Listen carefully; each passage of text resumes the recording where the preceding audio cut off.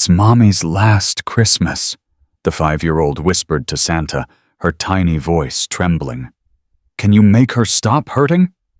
She didn't know a Hell's Angel was sitting 15 feet away. She didn't know he heard every word. And she had no idea that this scarred, tattooed outlaw would become the only person standing between her dying mother and the wealthy sister who wanted to tear them apart. What happened next would change 3 lives forever and prove that sometimes angels don't wear white. They wear leather. Before we begin, subscribe to my channel and follow this story to the end. Comment your city below so I can see how far this story travels. The line for Santa stretched halfway across the mall, and Sarah Mitchell could barely stand. She gripped the rope barrier with white knuckles, forcing herself to stay upright. Every breath felt like swallowing broken glass. The pain medication had worn off 2 hours ago, but she'd rationed her last pills to make them last through Christmas. 3 more days. She just needed 3 more days. "Mommy, are you okay?" Sarah looked down at her daughter. Lily's brown eyes were too wise for a 5-year-old filled with a worry that no child should carry. In her arms, she clutched Biscuit, the threadbare teddy bear that had been her constant companion through 18 months of hospital visits, chemotherapy sessions, and nights when Sarah couldn't stop crying. "I'm fine, baby." Sarah managed a smile. "Just tired from all the shopping." It was a lie. They both knew it was a lie, but Lily nodded anyway because pretending had become their language. "Do you think Santa got my letter?" Lily asked. Sarah's heart cracked. She'd found that letter 3 nights ago, tucked under Lily's pillow. The handwriting was shaky, the spelling imperfect, but the words had destroyed her. "Dear Santa, I don't want toys. I want Mommy to stop being sick. Please make her better. If you can't do that, can you make sure she doesn't hurt? That's all I want. Love, Lily." "Santa reads every letter," Sarah whispered. "He never forgets." The line moved forward. Sarah stumbled slightly, catching herself on the rope. A woman behind her stepped back, pulling her children closer, as if illness were contagious. Sarah had grown used to those looks, the whispers, the judgment. "Mommy, you're shaking." "It's just cold in here, sweetheart." Another lie. The mall was warm. Too warm. Sweat beaded on Sarah's forehead, but her bones felt like ice. Stage 4 pancreatic cancer did that. It turned your body into a stranger, a prison you couldn't escape. 15 feet away, Marcus "Ghost" Sullivan sat alone at a food court table nursing a cup of coffee that had gone cold an hour ago. At 45, Ghost had the kind of face that made people cross the street. A scar ran from his left eyebrow to his jaw, courtesy of a prison fight 15 years ago. Tattoos covered his arms, his neck, the backs of his hands. His leather cut displayed the Iron Wolves MC patch, a snarling wolf over crossed pistons, and beneath it, the patches that told his story. Road Captain. 15 years. The skull and crossbones that meant he'd done things the law didn't forgive. He wasn't here for Christmas shopping. He was here because the clubhouse felt too empty today, and even a crowded mall was better than sitting alone with his memories. December 23rd, the anniversary of his mother's death. 38 years ago today, he'd stood beside her hospital bed, 8 years old, watching the machines flatline. No father, no family. Just a boy and his dying mother, and a social worker waiting in the hallway to take him to his first foster home. Ghost lifted his coffee cup, and that's when he saw them. The mother and daughter in the Santa line. Something about them stopped him cold. It wasn't the little girl's worn coat or the mother's too thin frame. It was the way the child stood close protective, her small body angled as if she could shield her mother from the world. He'd stood that way once, beside a hospital bed, believing somehow that if he just stayed close enough, death wouldn't be able to find her. Ghost watched the mother sway, catch herself, force a smile. He watched the little girl's face crumple with worry before smoothing into false cheerfulness. He recognized every moment of that performance. He'd lived it. The line moved again. Now the mother and daughter were near the front, just 2 children away from Santa's chair. The mother leaned heavily against the barrier, her breathing labored even from 15 feet away. Ghost found himself leaning forward in his seat. The elf helper, a teenage girl in striped tights and a pointed hat, smiled at Lily. "You're next, sweetie. Are you ready to see Santa?" Lily looked up at her mother. "Can you come with me?" Sarah shook her head slowly. "Santa needs to talk to you alone, baby. That's how the magic works. Go on. I'll be right here." Lily hesitated. Her grip on Biscuit tightened. Then she straightened her small shoulders and walked toward Santa's chair with the careful steps of a child who'd learned too young that the world wasn't safe. Ghost watched her climb onto Santa's lap. The man playing Santa was good white beard, kind eyes, the whole package. He smiled at Lily like she was the only child in the world. "Well, hello there, young lady. What's your name?" "Lily." Her voice was barely a whisper. "And who's your friend?" Santa nodded at the teddy bear. "This is Biscuit. He helps me be brave when Mommy has to go to the hospital." Santa's smile flickered. Ghost saw it. A crack in the performance. The man had heard something in those words that went beyond normal childhood fears. "That's a very special friend," Santa said carefully. "Now, Lily, what would you like for Christmas?" Lily leaned forward. She looked around, checking to make sure no one else could hear. Then she cupped her hands around her mouth and whispered directly into Santa's ear. The mall was loud. Christmas music pumping through speakers, hundreds of conversations overlapping, children laughing, crying, screaming. But somehow Ghost heard every word. "It's Mommy's last Christmas. Can you make her stop hurting? I don't want toys. I just want her to not hurt anymore." Santa's face went pale. His hand trembled as he reached up to touch Lily's shoulder. "Sweetheart, the doctors can't fix her." Lily continued, her voice steady, with a terrible acceptance. "She told me. She said sometimes people get so sick that they have to go to heaven. But she cries at night when she thinks I'm sleeping. I hear her. So I thought maybe you could help. Because you're magic, right?" Ghost's coffee cup slipped from his fingers. It hit the table, splashing cold liquid across the surface, but he didn't notice. He couldn't move. Couldn't breathe. 38 years collapsed into 38 seconds.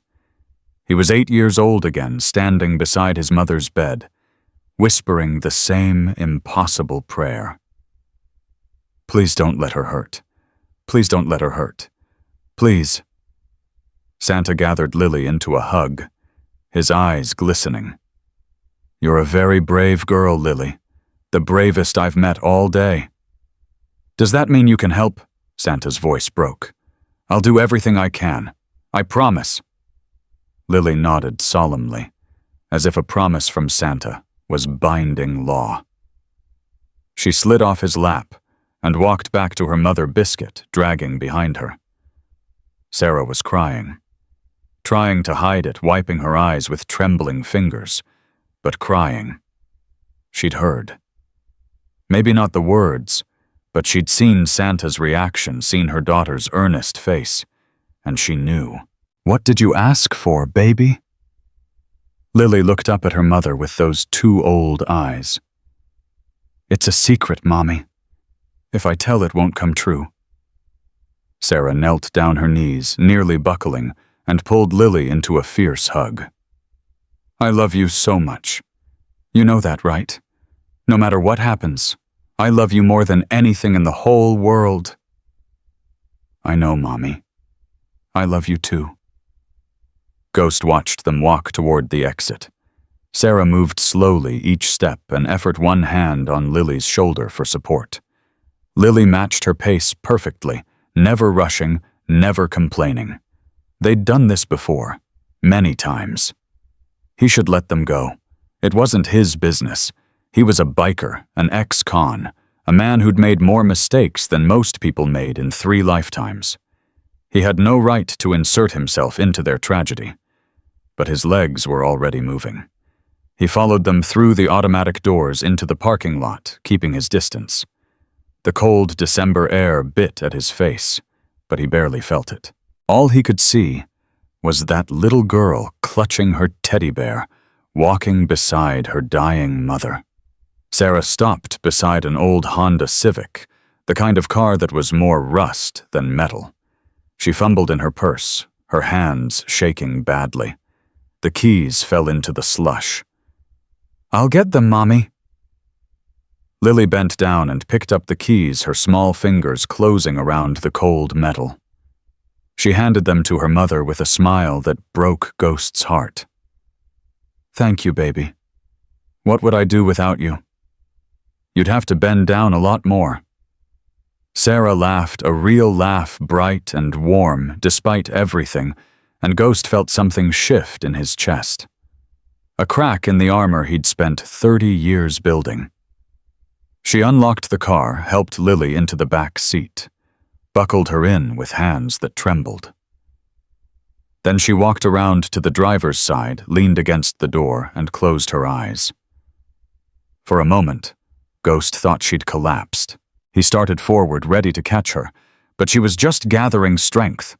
She opened her eyes, squared her shoulders, and got behind the wheel. The engine turned over, coughed, died. Sarah tried again. The same weak cough, the same death rattle of a battery that had given up. "Mommy, what's wrong? It's okay, baby. The car's just being stubborn." Sarah's voice was calm, but Ghost could see her knuckles white on the steering wheel. "It'll start? It always starts." She tried again. Nothing. Again. Nothing. Her head dropped forward, pressing against the steering wheel, and her shoulders began to shake. She was crying again, but silently this time, trying to hide it from her daughter. Ghost moved before he could think about it. He walked up to the driver's side window and knocked gently.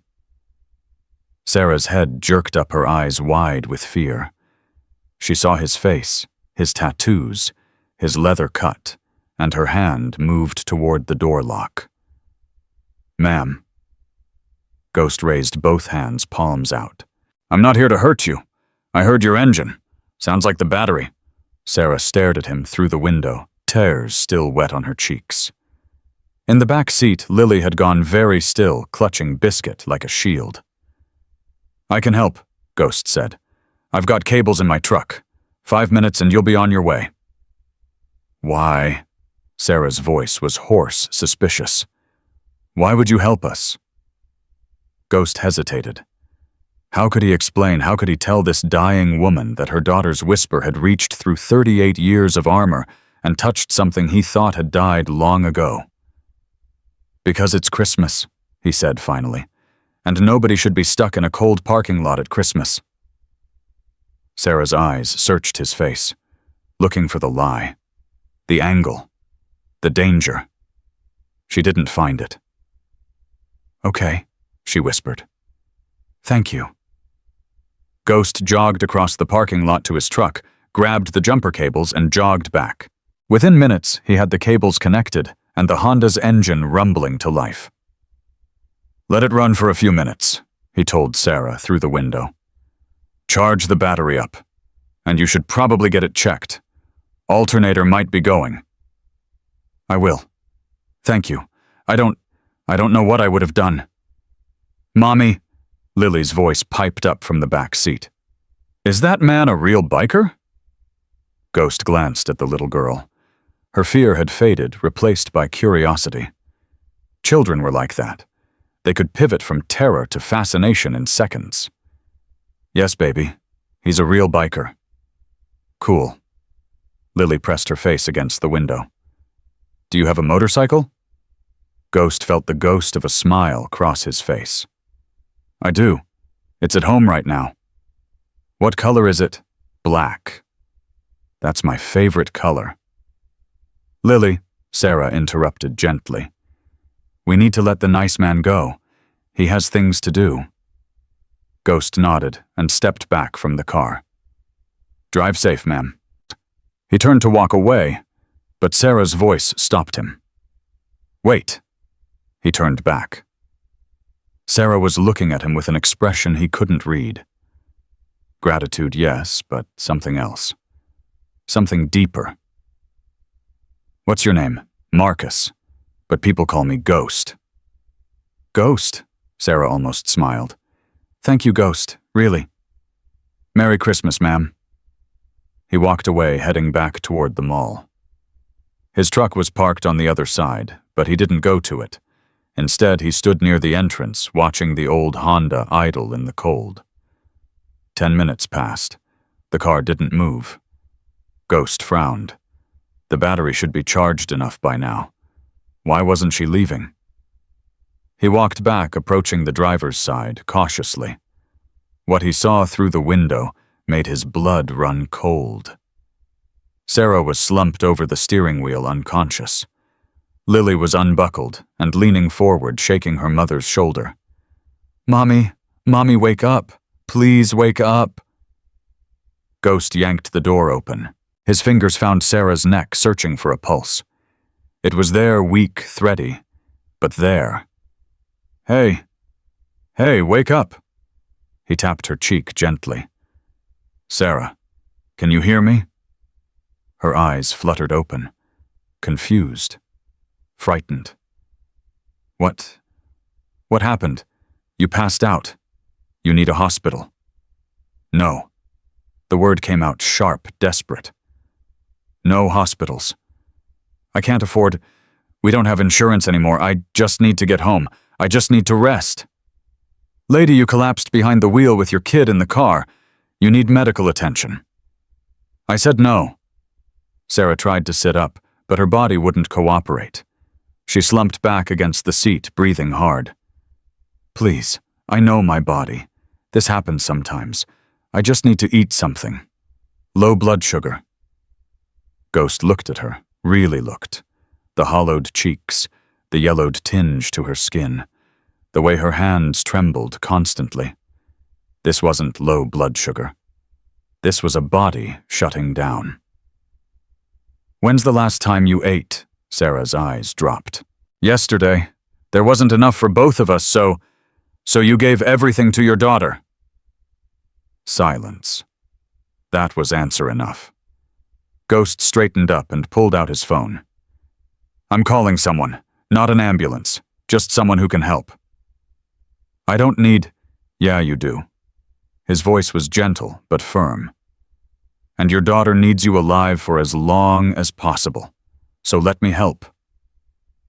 Sarah stared at him. Tears spilled down her cheeks and she didn't bother wiping them away. Why? She whispered. Why do you care? Ghost looked at Lily, still watching from the back seat, her small face a mask of fear and hope.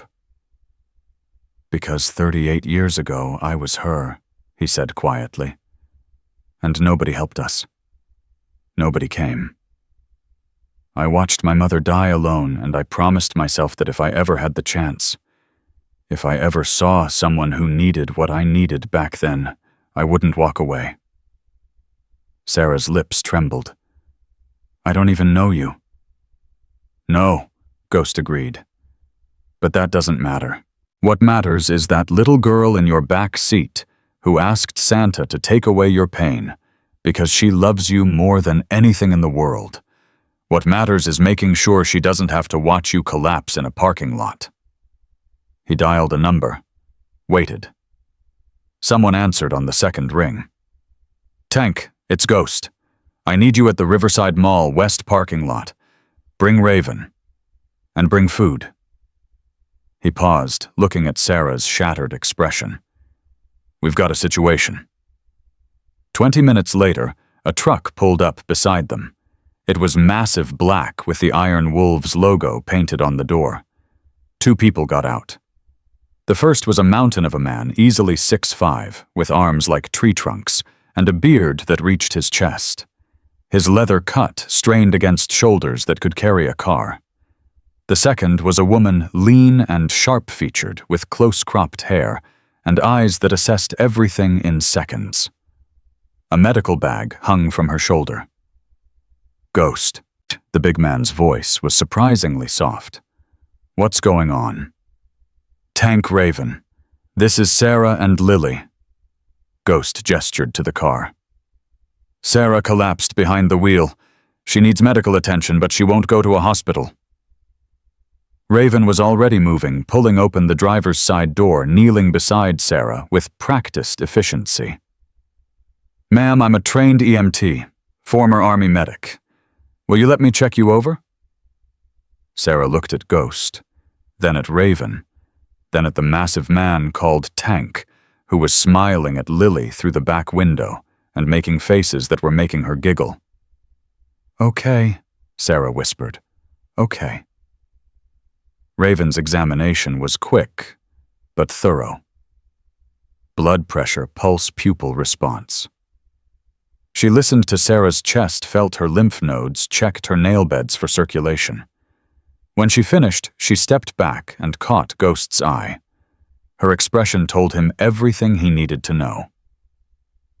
"When was your last treatment?" Raven asked quietly. Sarah's face crumpled. 3 months ago.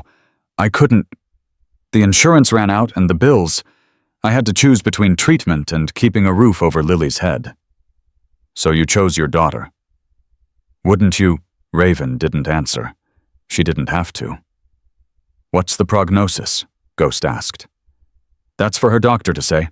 But," Raven glanced at Sarah, then back at Ghost. Her voice dropped to a whisper. "Weeks. Maybe 2 months if she gets back on medication and proper nutrition." Ghost closed his eyes. 2 months. That little girl would lose her mother in 2 months. "What about hospice?" he asked. "Palliative care. Costs money. Everything costs money." "Then we'll find money."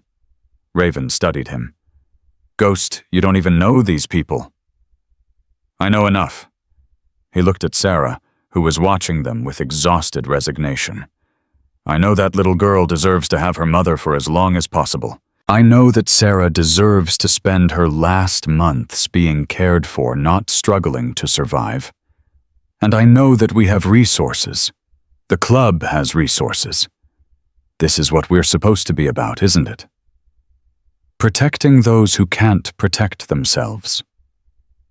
Raven was quiet for a long moment. Then she nodded slowly. "I'll make some calls. There's a hospice organization in Boulder that does charity cases, and Dr. Martinez at County owes me a favor." "Thank you." Ghost walked back to Sarah's car. Tank had climbed into the back seat beside Lily and was teaching her a hand-clapping game that had her laughing for the first time since Ghost had seen her. "Sarah." Ghost crouched beside the driver's door. "I'm going to be honest with you. You're not okay. You need help. Real help, not just a jump start and a wave goodbye." "I know." Sarah's voice was barely audible. "But there's nothing left. No family, no money, no options. I've been trying to hold on until after Christmas so Lily could have one more good memory. That's all I want. One more Christmas." "Where are you staying?" Sarah hesitated. Shame flickered across her face. "The Mountain View Motel, on Route 9. Ghost knew the place, a rundown dump that rented rooms by the week to people who had nowhere else to go. Drug dealers, prostitutes, families on the edge of homelessness. "How long have you been there?" 3 weeks, since we lost the apartment. And before that, we had a place in Denver, a nice place. I was a teacher, 3rd grade. Sarah smiled bitterly. "That was before the diagnosis, before I lost my job, before I lost everything. What about family, parents, siblings?" The change in Sarah's expression was immediate, her face hardened walls slamming up behind her eyes. "I have a sister," she said flatly. "Victoria. She lives in Denver. She's very successful, very wealthy." Each word dripped with something beyond anger. "She's also the reason I lost my teaching job 5 years ago." "What do you mean?" Sarah shook her head. "It doesn't matter. What matters is that Victoria is the last person on earth I would ask for help. I'd rather die in that motel than accept anything from her." Ghost filed that away.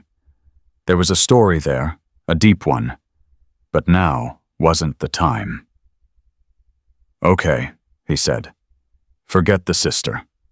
Let us help instead." "Us?" Sarah looked at the bikers surrounding her car. "You mean your club?" "The Iron Wolves. We're not what people think. We do charity work, community outreach. We protect people who need protecting." "And what do you want in return?" "Nothing." Ghost met her eyes squarely. "Not a thing. You think I don't know what people see when they look at me? Criminals, thugs, the kind of men you warn your daughters about. But I'm telling you, Sarah, we're not those people. And that little girl in your back seat, she deserves better than a motel room. She deserves to have her mom somewhere safe and warm for whatever time you have left." Sarah's eyes filled with tears again. "Why?" she whispered. "You don't know me. You don't owe me anything. Why would you do this?" Ghost looked at Lily, who was now showing Tank the proper way to pat Biscuit's head. The big man was following her instructions with solemn attention, as if teddy bear care was the most important lesson he'd ever received. "Because I heard what she asked Santa for," Ghost said quietly. "She asked for your pain to stop. She asked for a miracle."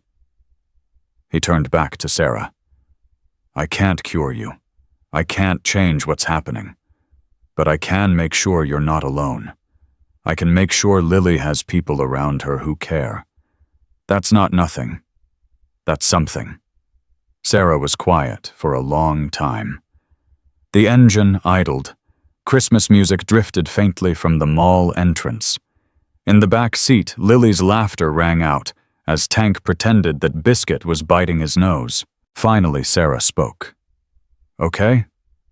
Ghost blinked. "Okay. Okay. I'll accept your help. But I have conditions." "Name them." "Everything is for Lily. Not for me. If you're going to spend money, spend it on her. She needs new clothes. She needs toys that aren't falling apart. She needs—" Sarah's voice cracked. "She needs memories. Good memories that will last after I'm gone."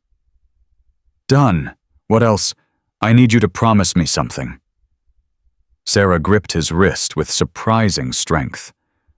"When I die, not if when I need to know that Lily will be taken care of. I need to know she won't end up in the system like you did. Can you promise me that—" Ghost held her gaze. In 30 years of riding with the Iron Wolves, he'd made a lot of promises. Most of them he'd kept. Some of them had cost him everything. But this promise he knew would cost him more. "I promise," he said. "Whatever happens, Lily will be okay. She'll have a family. She'll have people who love her. You have my word." Sarah's grip loosened. Her body seemed to sag with relief, as if she'd been holding herself together by sheer will and could finally let go. "Then let's go," she whispered. "Before I change my mind." Ghost helped her out of the car and into Raven's truck, where she could stretch out in the back seat. Tank transferred Lily and her car seat, and the little girl barely noticed the change, still chattering about Biscuit's adventures. "I'll drive the Honda Ghost," told Raven. "Follow you guys to the motel so we can grab their stuff." "Then what? Then we take them somewhere safe." "Where?" Ghost thought about it.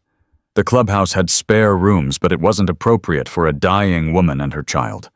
His own place was too small, too sparse, too much a bachelor's den. But there was another option.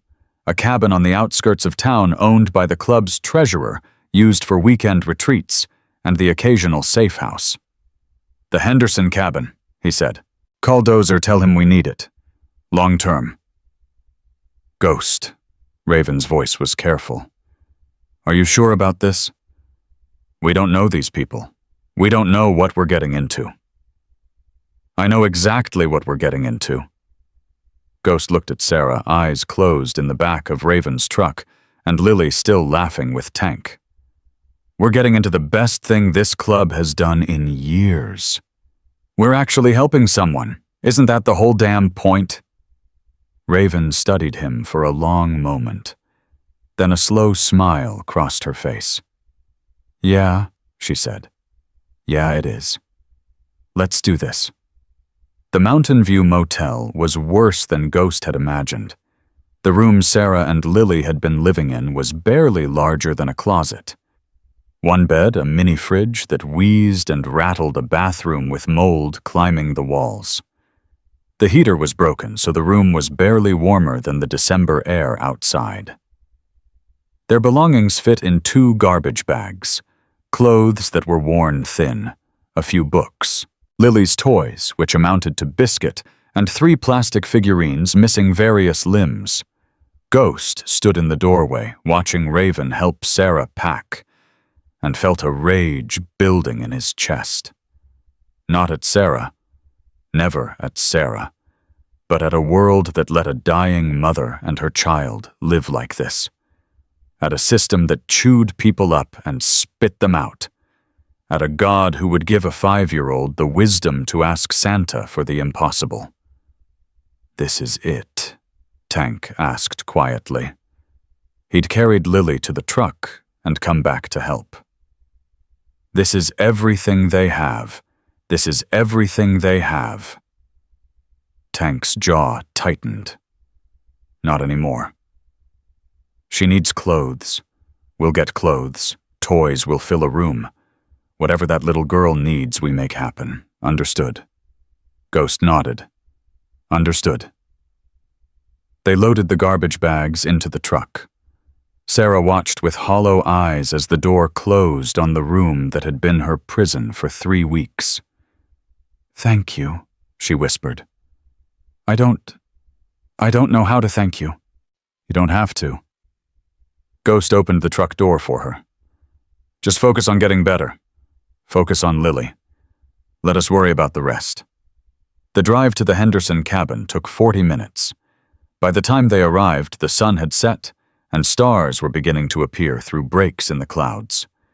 The cabin was small, but solid, with a wood-burning stove, 2 bedrooms, and a kitchen stocked with basics.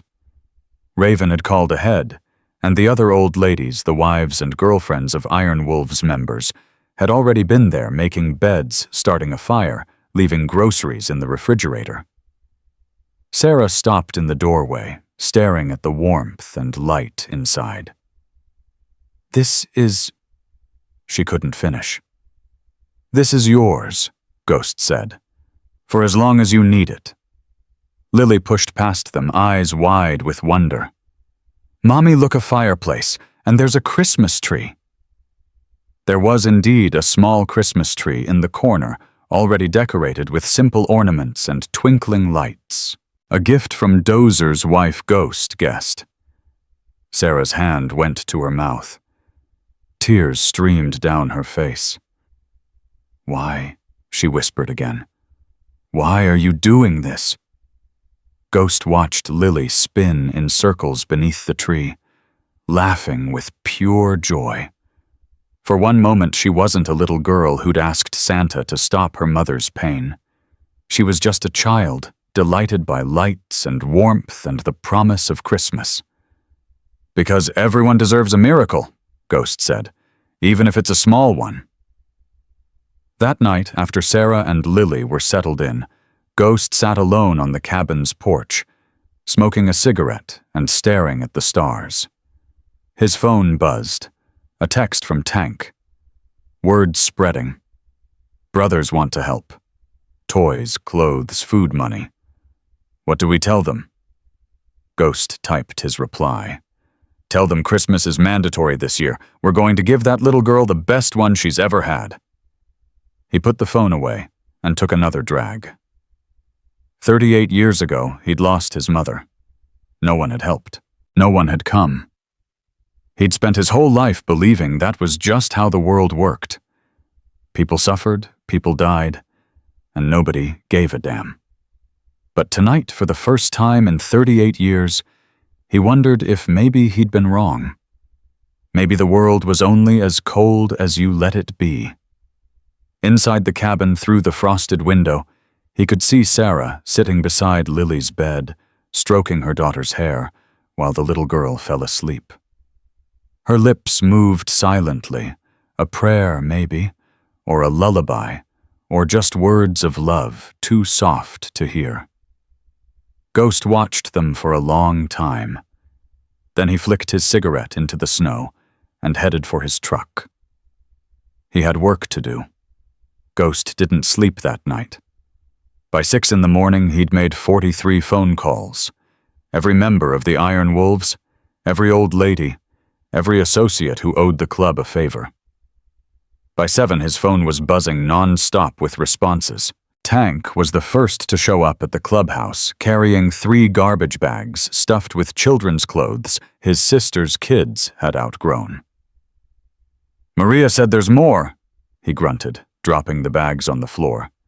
"Winter coats, boots, the whole deal. She's bringing them this afternoon." Raven arrived next, her medical bag restocked, and a folder of paperwork under her arm. "I talked to Dr. Martinez. He'll see Sarah tomorrow, no charge. And the hospice in Boulder has an opening in their charity program. They can start home visits next week." "What about medication?" Ghost asked. "That's the hard part. The drugs she needs aren't cheap. We're talking thousands a month." "Then we raise thousands a month?" Raven raised an eyebrow. "Just like that? Just like that." By noon, the clubhouse looked like Santa's workshop had exploded. Toys covered every surface. Clothes hung from makeshift racks. Food donations filled 3 tables.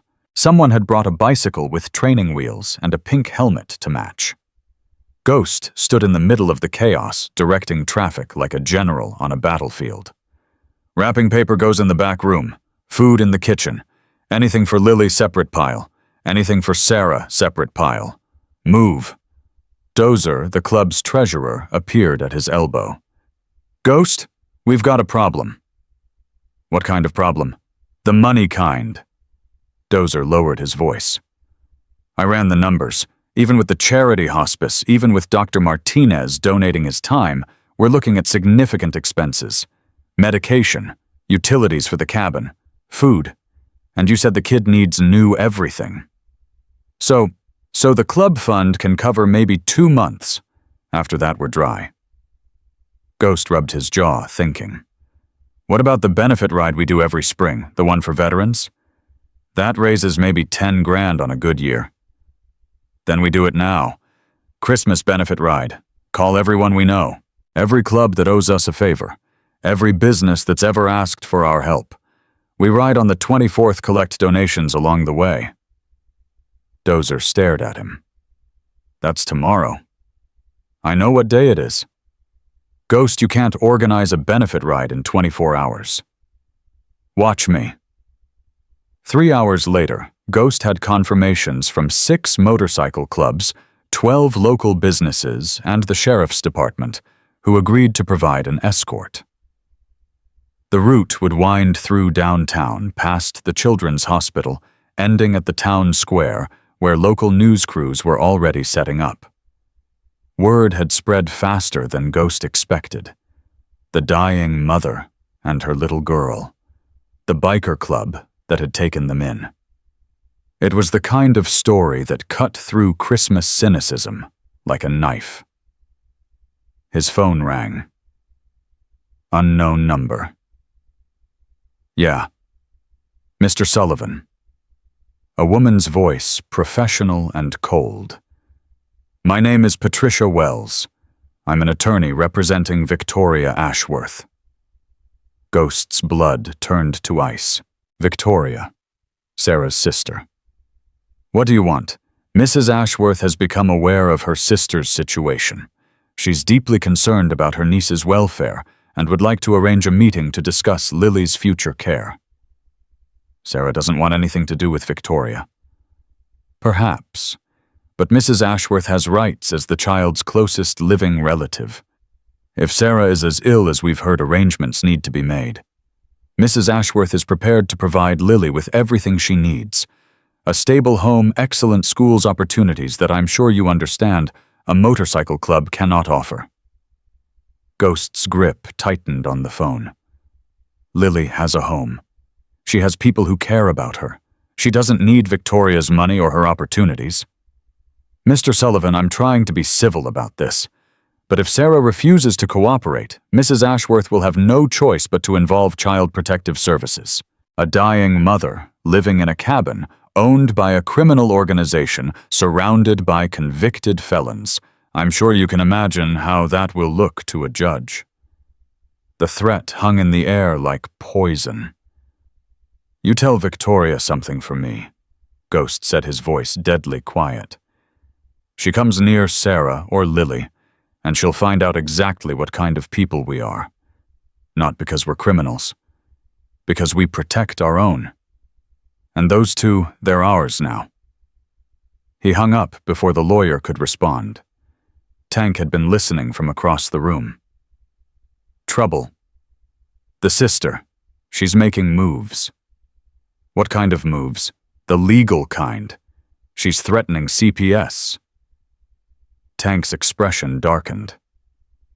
That woman hasn't given a damn about Sarah in years. Why now? I don't know, but I'm going to find out. Ghost called Wheels the club's unofficial intelligence officer, a former private investigator with access to databases that technically required warrants. Wheels could dig up dirt on anyone.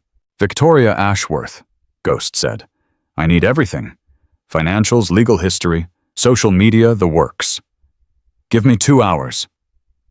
While he waited, Ghost drove to the cabin to check on Sarah and Lily. He found them in the living room, Lily sprawled on the floor, drawing pictures while Sarah watched from the couch, wrapped in a blanket. You look better, Ghost said.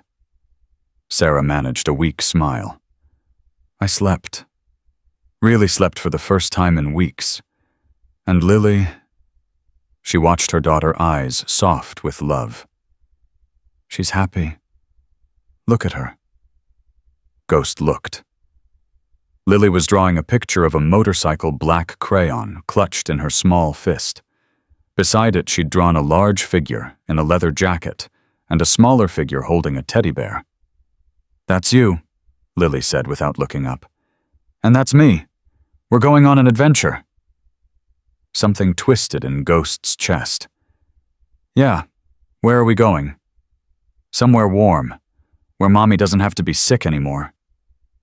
Sarah's face crumpled. She turned away, hiding her tears, but Ghost saw them anyway.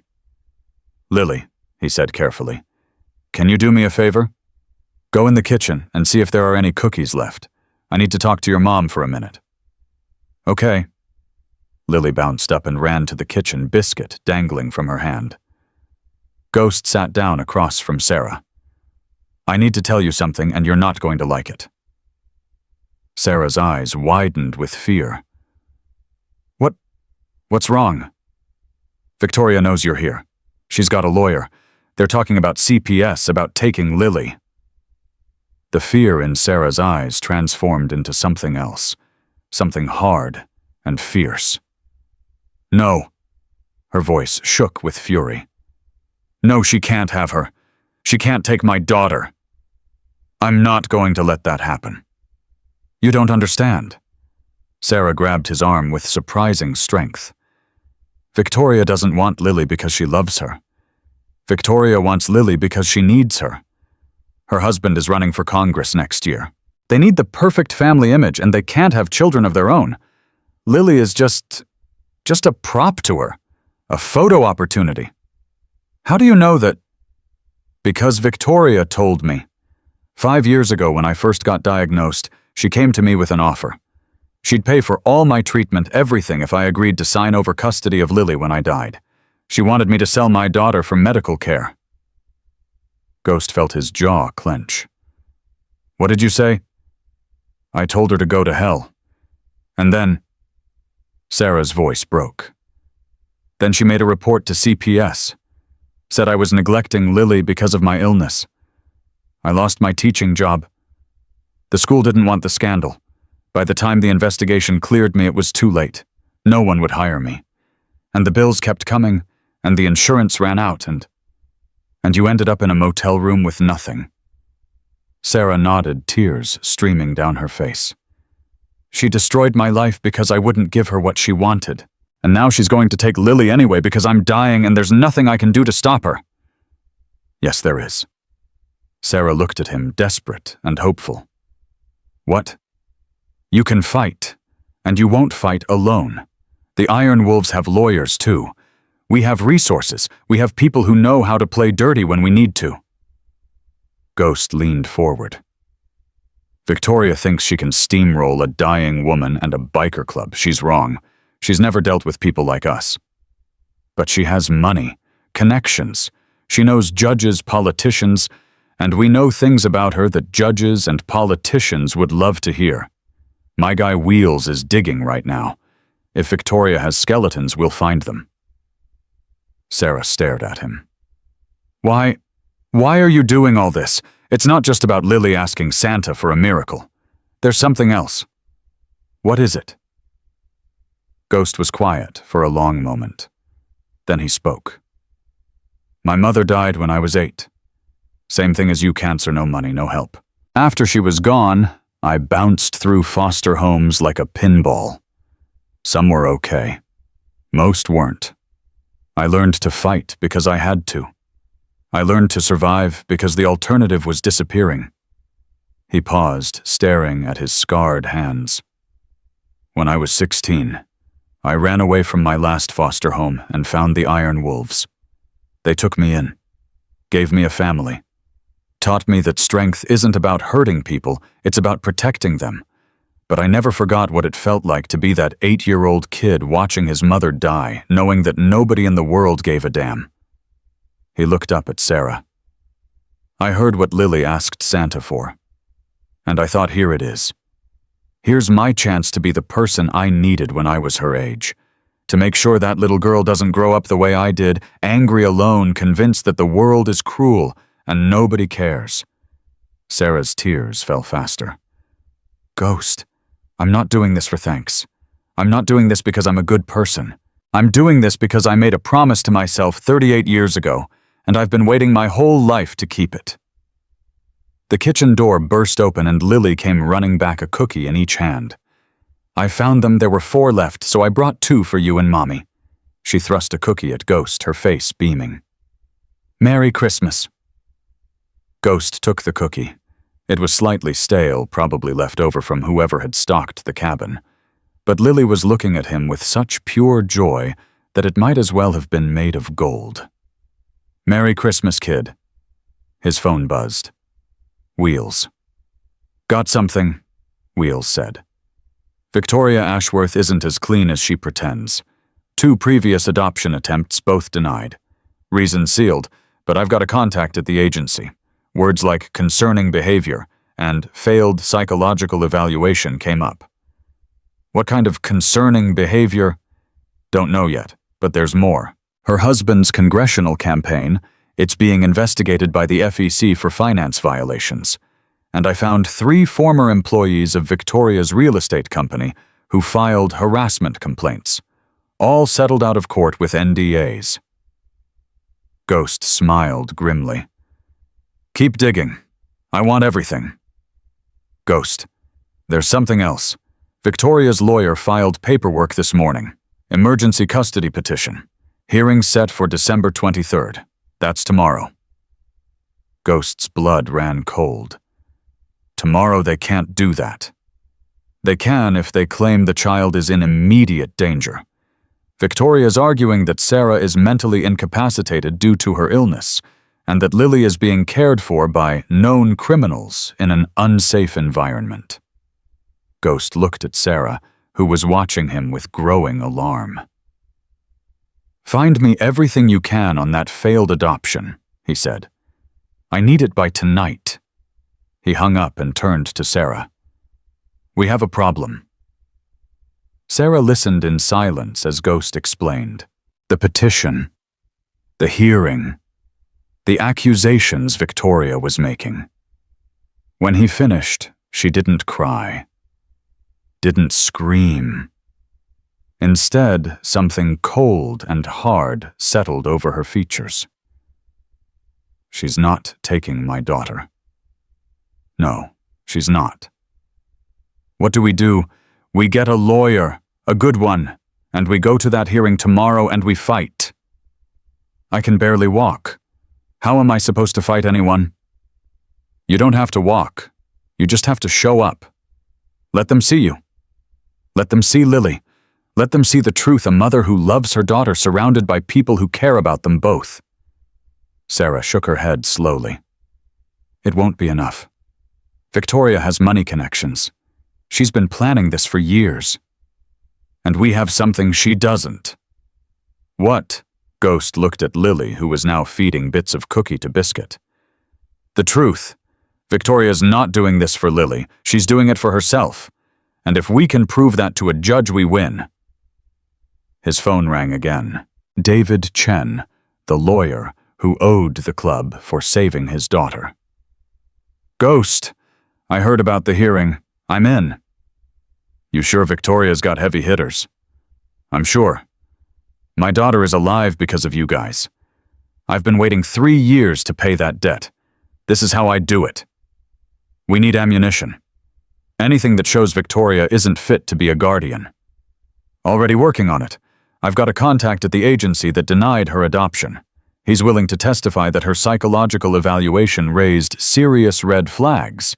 Not details, he can't share those, but enough to cast doubt." "What kind of red flags?" The evaluator's notes mentioned narcissistic tendencies and inability to prioritize child's needs over personal desires. That's damning in a custody case. Ghost felt the first flicker of hope since the lawyer's phone call. "What else do we need? Character witnesses.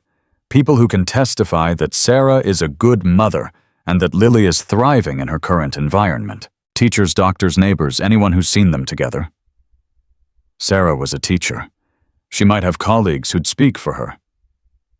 "Get me names." And Ghost. "The judge needs to see that Lily has stable, responsible people ready to step up if Sarah can't care for her.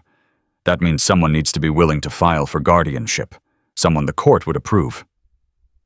Ghost was silent. "Ghost, you still there?" "Yeah, I'm here. You know what I'm asking." "I know." Ghost hung up and looked at Sarah. "He wants someone to file for guardianship," Sarah said. It wasn't a question. "Yes." "Someone the court would approve." "Yes." Sarah studied his face. "He means you, doesn't he?" Ghost couldn't answer. "An ex-con," Sarah said slowly. "A biker. A man I met 2 days ago." She paused. "The same man who jumped my car moved us to a cabin, organized half the town to help us, and is now fighting my sister in court." "Sarah, would you do it?" The question hung in the air. Ghost thought about everything that guardianship would mean. The responsibility, the permanence, the complete upheaval of a life he'd built around freedom and the open road. And he thought about Lily feeding cookie crumbs to a threadbare teddy bear, asking Santa to take away her mother's pain. "Yes," he said, "if that's what you want. If that's what it takes to keep her safe from Victoria. Yes, I'll do it." Sarah's eyes filled with tears again, but these were different. These weren't tears of grief or fear. These were tears of something else entirely. "Why?" she whispered. "You could walk away right now. You've already done more than anyone could ask. Why would you give up your whole life for a little girl you just met?" Ghost looked at Lily. "Because someone should have done it for me." he said quietly. And no one did. I won't let that happen to her. Not while I'm breathing. Sarah reached out and took his hand. Her grip was weak, but her eyes were fierce. Then let's fight. That night, the Iron Wolves held an emergency church. Every member packed into the clubhouse leather cuts gleaming under the fluorescent lights. Ghost stood at the head of the table looking at the faces of men who'd become his brothers over 15 years. Tank Mountain solid and loyal. Raven sharp and unshakable. Dozer cautious but dependable. And 24 others each with their own scars, their own stories. You all know why we're here, Ghost said. Tomorrow morning, a woman named Victoria Ashworth is going to try to take a 5-year-old girl from her dying mother. She's going to claim that we're criminals, that the cabin is unsafe, that Lily would be better off with a wealthy family than with us. Murmurs rippled through the room. She's probably right about one thing. We are criminals. Most of us have done time. Most of us have done things we're not proud of. But that's not all we are. We're also a family. We protect our own. And Sarah and Lily, they're ours now. Tank slammed his fist on the table. Damn right they are. Tomorrow I need every one of you at that courthouse. Not to intimidate anyone, not to threaten anyone, just to show up. In your Sunday best if you own any. Clean cuts, pressed shirts, polished boots. I want that judge to look at us and see what we really are, men who care enough to fight for a dying woman and her daughter. Dozer raised his hand. What about the benefit ride? We've got 50 bikers ready to roll tomorrow. We do the ride after the hearing. Win or lose, we ride. We show this town what the Iron Wolves stand for. And if we lose, someone asked from the back. Ghost's jaw tightened. We don't lose. That's not an option. That little girl is not going to Victoria Ashworth. Not tomorrow. Not ever. The room was silent for a moment. Then Tank stood up, his massive frame blocking the light. I was 7 when my mom died, he said, his voice rough. Nobody helped us either. Me and my sisters, we got split up in the system. I didn't see them again until I was 30. He looked around the room. I'm not letting that happen to Lily. I'll burn down Victoria's whole damn house before I let that happen. Nobody's burning anything, Ghost said. We do this the right way, the legal way, because that's how we prove we're not what Victoria says we are. One by one, the members stood, hands raised, voices calling out their support. For Lily. For Sarah. For the club. Ghost looked at his brothers, and for the first time in his life, he felt something he'd never expected to feel.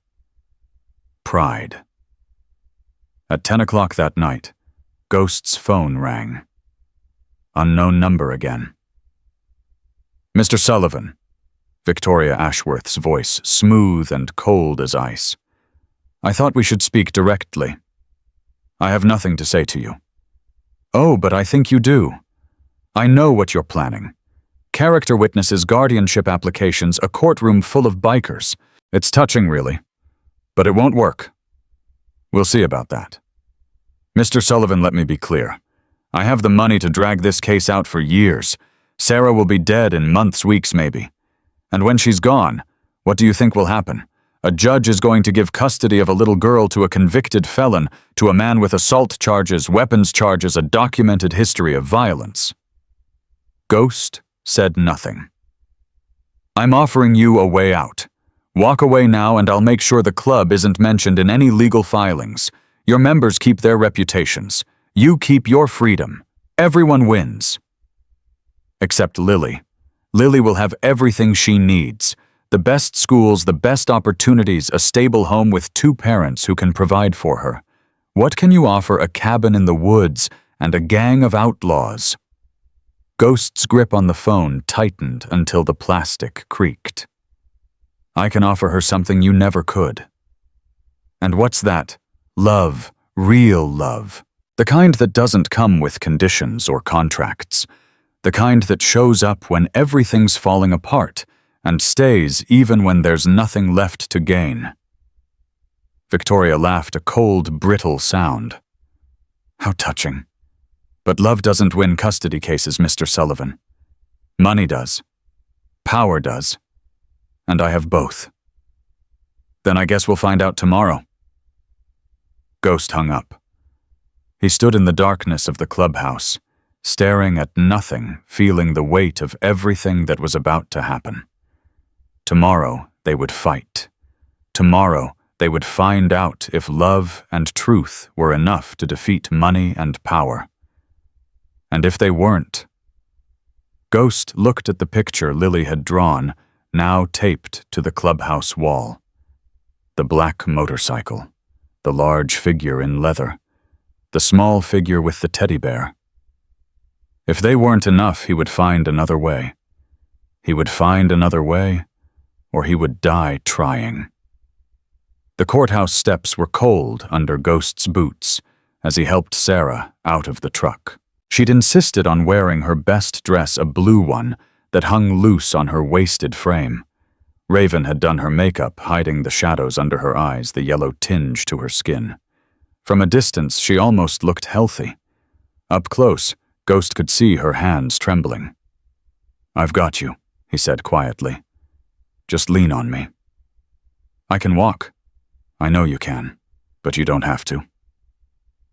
Lily held Sarah's other hand, dressed in the new red coat the club had bought her. Biscuit was tucked under her arm, his button eyes reflecting the gray winter sky.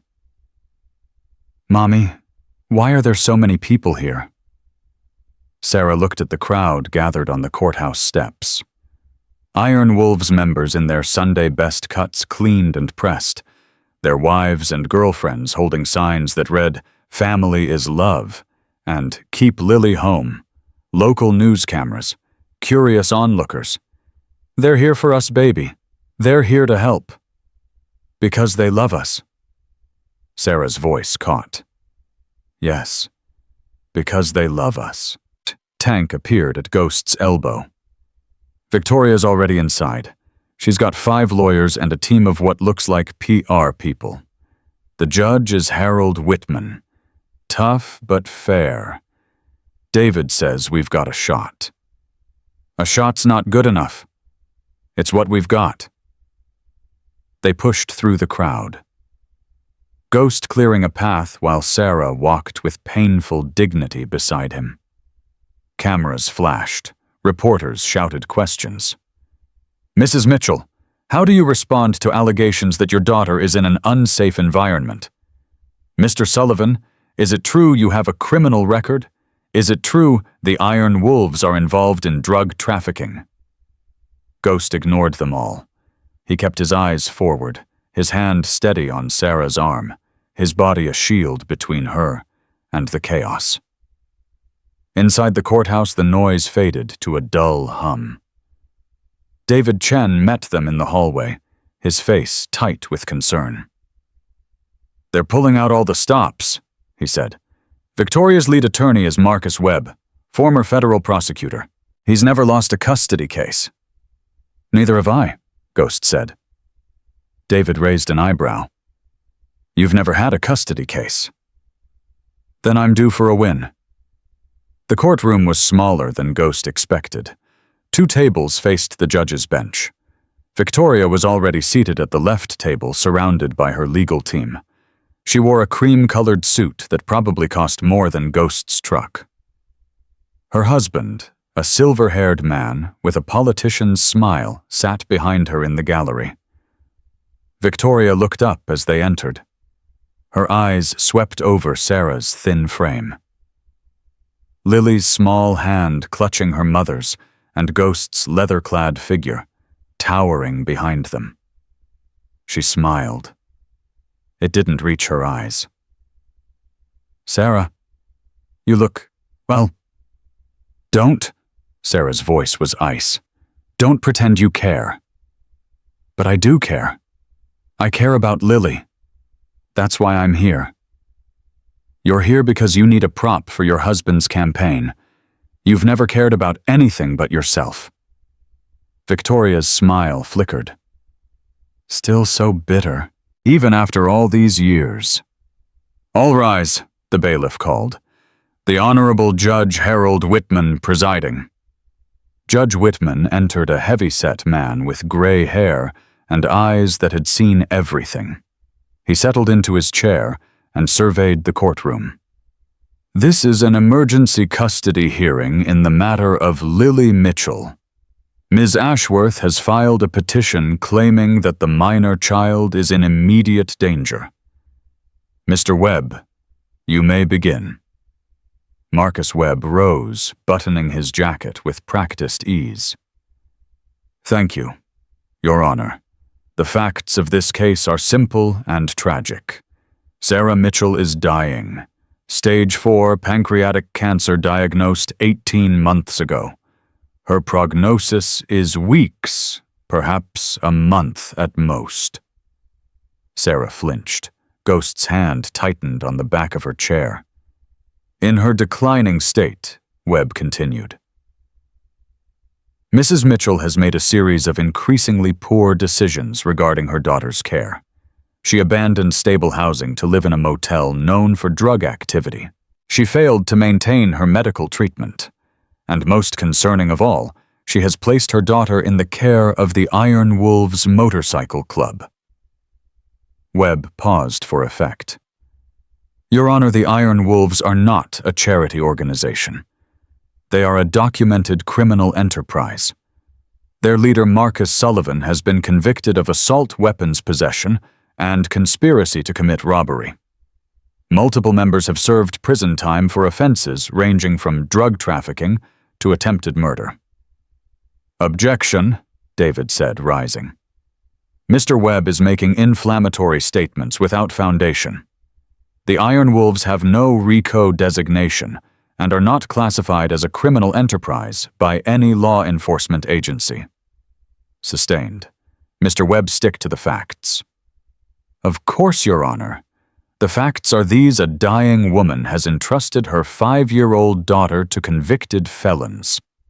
Victoria Ashworth, the child's aunt, is prepared to provide Lily with a stable, loving home. Mrs. Ashworth and her husband have the resources to give Lily every opportunity, the best schools, the best medical care, a future that Mrs. Mitchell simply cannot provide." Webb sat down, looking satisfied. Judge Whitman turned to David. "Mr. Chen, your response." David stood.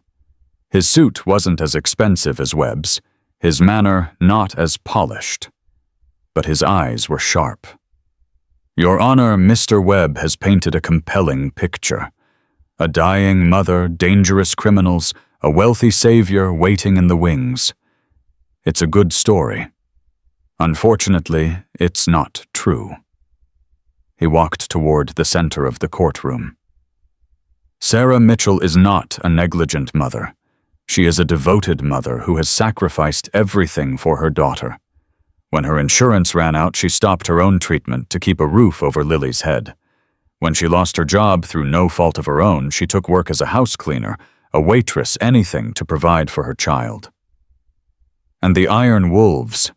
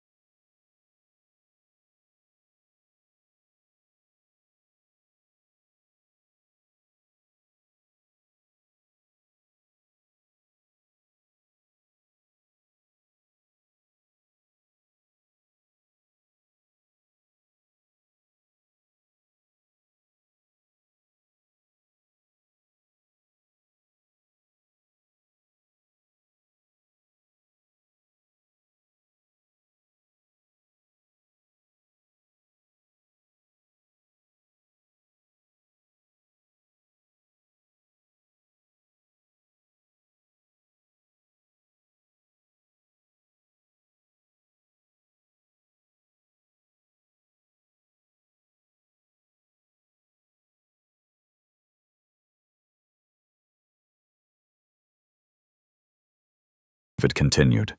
"They're not criminals preying on a vulnerable woman. They're a community organization that stepped in when no one else would. When Sarah collapsed in a parking lot, it was Marcus Sullivan who helped her.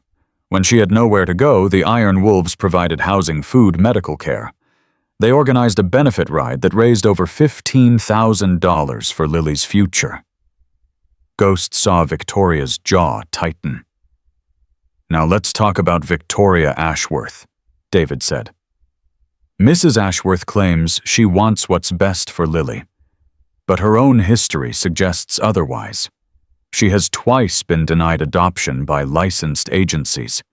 Her psychological evaluation raised serious red flags about her ability to prioritize a child's needs.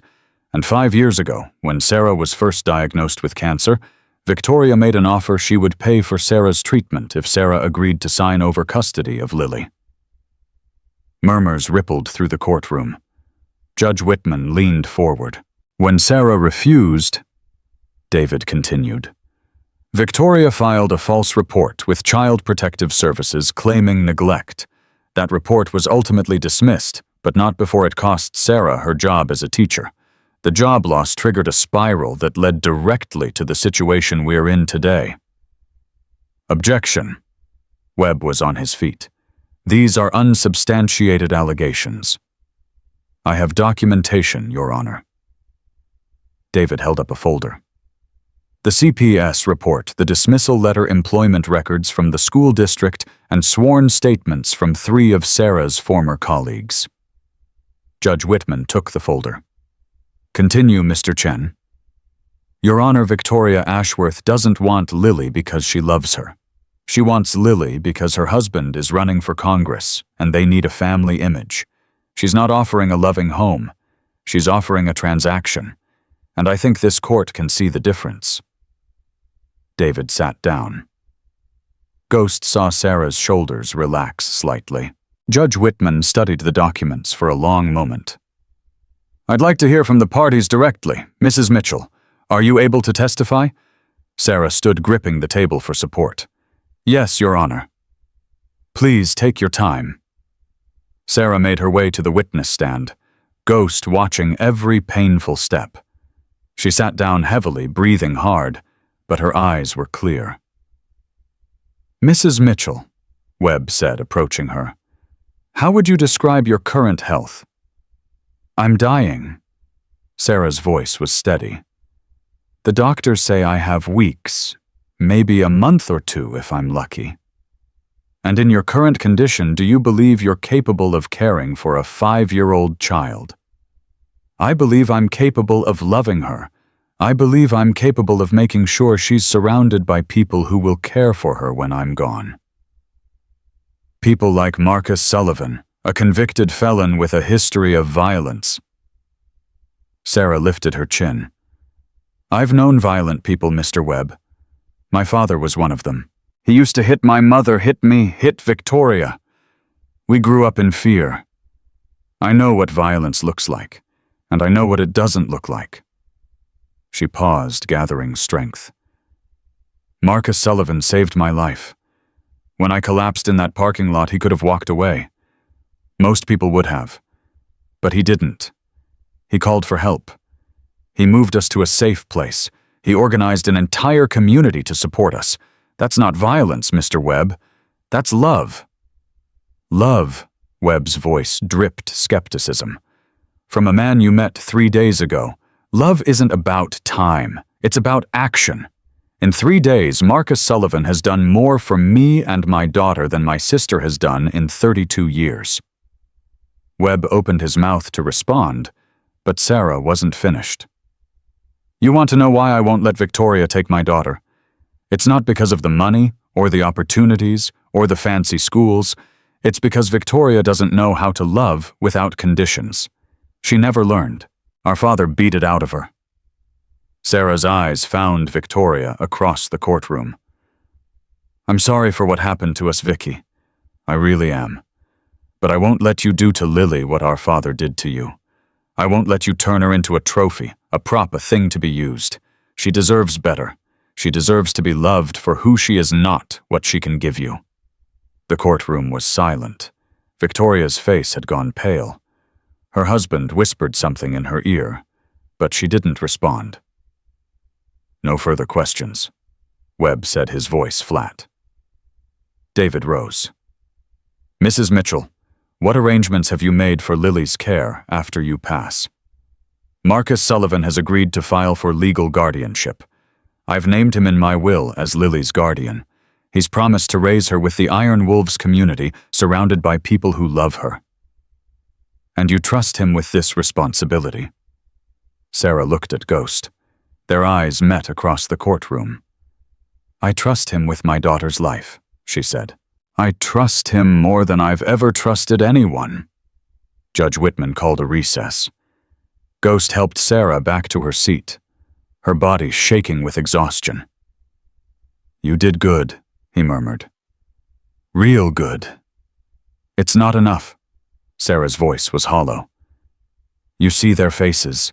The lawyers, the judge, they think I'm crazy. A dying woman trusting her daughter to a biker. Let them think what they want. The truth is the truth. Lily tugged at Ghost's sleeve. Is Mommy okay? Ghost knelt down to her level. She's tired, Princess. Talking that much is hard work. The bad lady wants to take me away, doesn't she? Ghost hesitated. They'd tried to shield Lily from the details, but children understood more than adults gave them credit for. Some people want to help you in different ways, he said carefully. But your mom gets to decide what's best for you. And she chose us. The motorcycle family. Yeah, the motorcycle family. Lily nodded seriously. I'm glad. The bad lady looks mean. Her smile doesn't match her eyes. Ghost felt a chill run down his spine. Out of the mouths of babes. You're right, he said. Her smile doesn't match her eyes. The recess ended. Webb called his next witness. The petitioner calls Dr. Eleanor Shaw, child psychologist. A woman in a gray suit took the stand. She had the look of an expert witness, professional, confident, slightly bored. Dr. Shaw, Webb said, you've reviewed the materials in this case. In your professional opinion, what environment would be best for Lily Mitchell? Based on my review, I have significant concerns about the child remaining in her current situation. The mother's terminal illness creates inherent instability. The presence of individuals with criminal backgrounds introduces additional risk factors. In contrast, Mrs. Ashworth can offer financial security, a two-parent household, and access to therapeutic resources that may be crucial as Lily processes her mother's death. Thank you, Dr. Shaw. David rose for cross-examination. Dr. Shaw, have you met Lily Mitchell? No, I have not. Have you observed her interactions with her mother? No. Have you observed her interactions with Mr. Sullivan or any members of the Iron Wolves community? No, I have not. So your opinion is based entirely on paperwork. Dr. Shaw stiffened. My opinion is based on established research and clinical experience.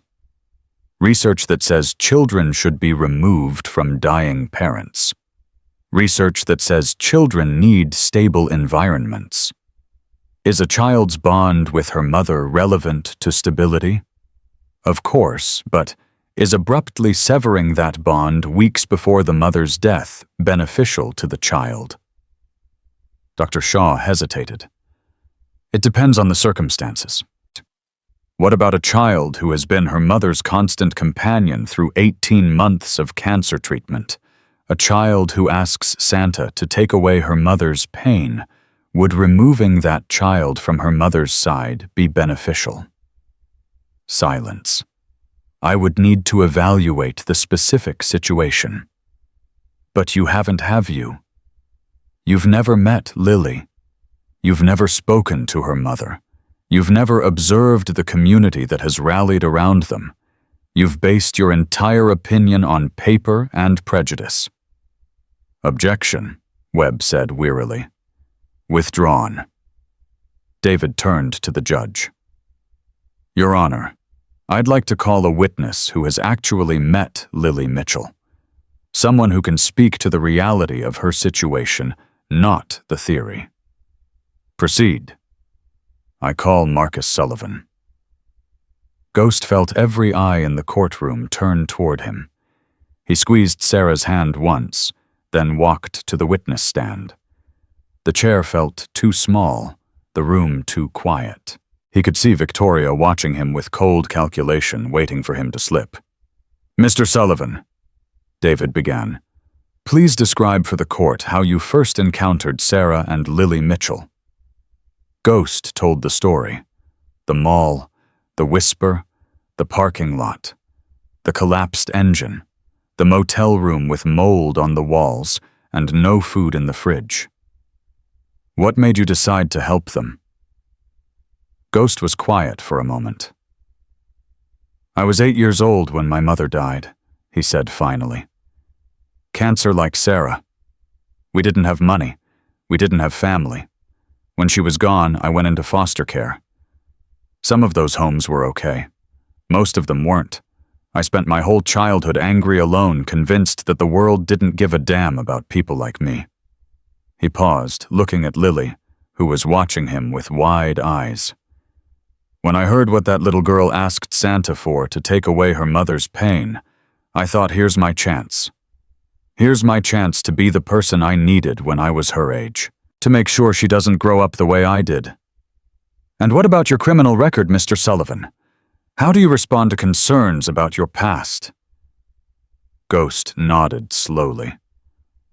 I've made mistakes, done things I'm not proud of, spent time behind bars for some of them. But I'm not the same person I was 20 years ago. The Iron Wolves gave me a family, a purpose. We protect people. That's what we do. And right now, protecting Sarah and Lily is the most important thing I've ever done. Webb rose for cross-examination, his eyes sharp. Mr. Sullivan, you were convicted of assault in 2008, correct? Yes. You broke a man's jaw in 3 places. He was beating his girlfriend. I stopped him. By nearly killing him. By doing what needed to be done. The police weren't coming. Someone had to act. Webb smiled thinly. And you believe this qualifies you to raise a 5-year-old girl? I believe protecting the innocent qualifies me. I believe showing up when nobody else will qualifies me. I believe loving someone enough to fight for them qualifies me. You've known Lily Mitchell for 3 days. I've known her for 3 days. I'll know her for the rest of my life. And if this court denies your guardianship petition, Ghost's jaw tightened. Then I'll find another way. I made a promise to Sarah, and I made a promise to myself. That little girl will not end up with someone who sees her as a prop. She will be loved. She will be protected, whatever it takes. Webb shook his head dismissively. No further questions. Judge Whitman called for final statements. Webb went first, painting a picture of stability and security of wealthy relatives ready to provide everything a child could need. Then, David rose. Your Honor, this case isn't about money. It isn't about addresses or credentials or psychological evaluations conducted from behind a desk.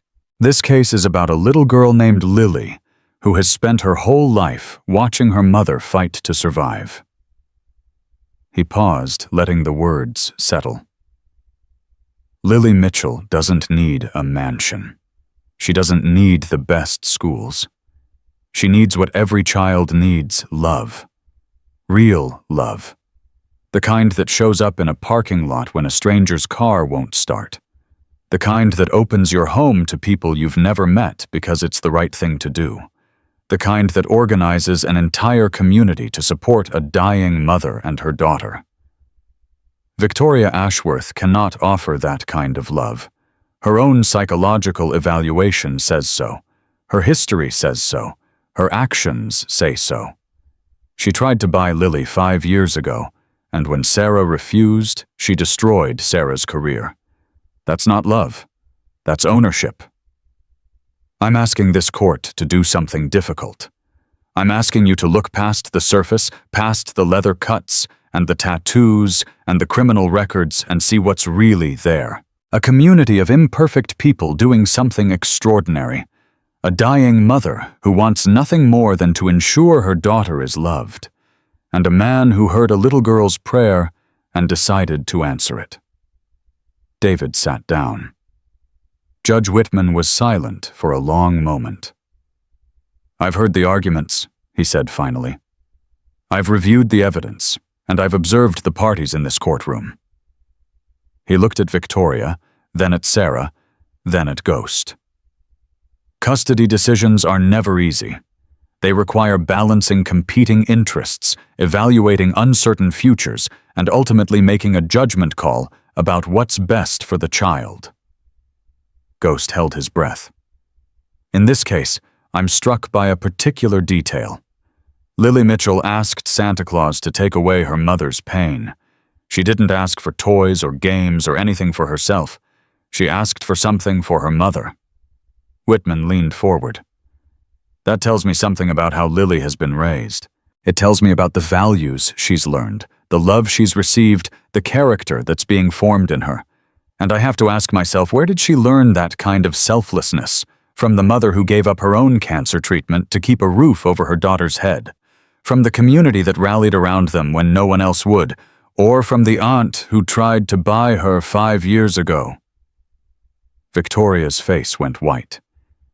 "Mrs. Ashworth, I don't doubt that you have resources.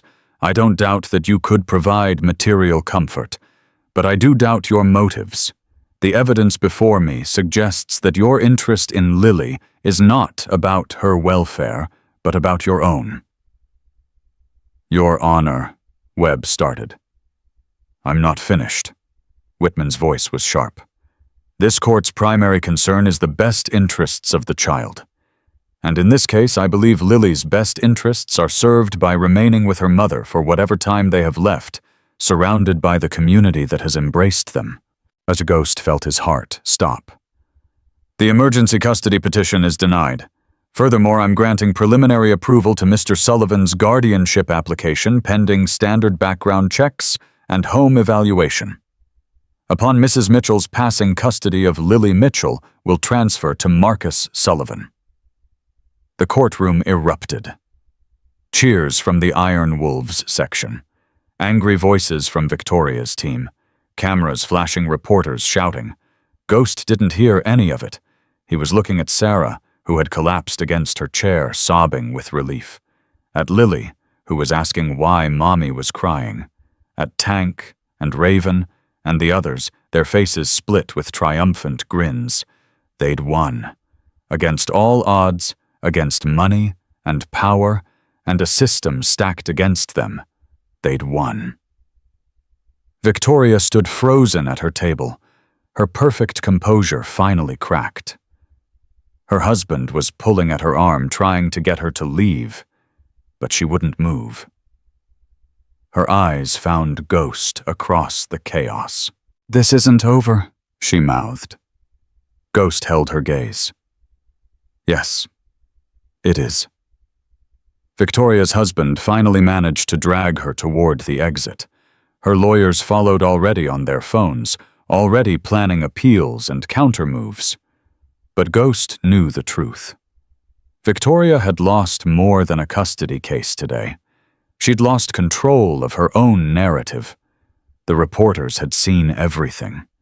The psychological evaluation, the false CPS report, the attempted purchase of her own niece. By tomorrow, the whole country would know who Victoria Ashworth really was. Ghost made his way to Sarah's side.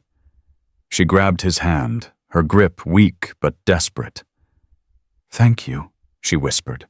"Thank you, thank you, thank you." "Don't thank me yet."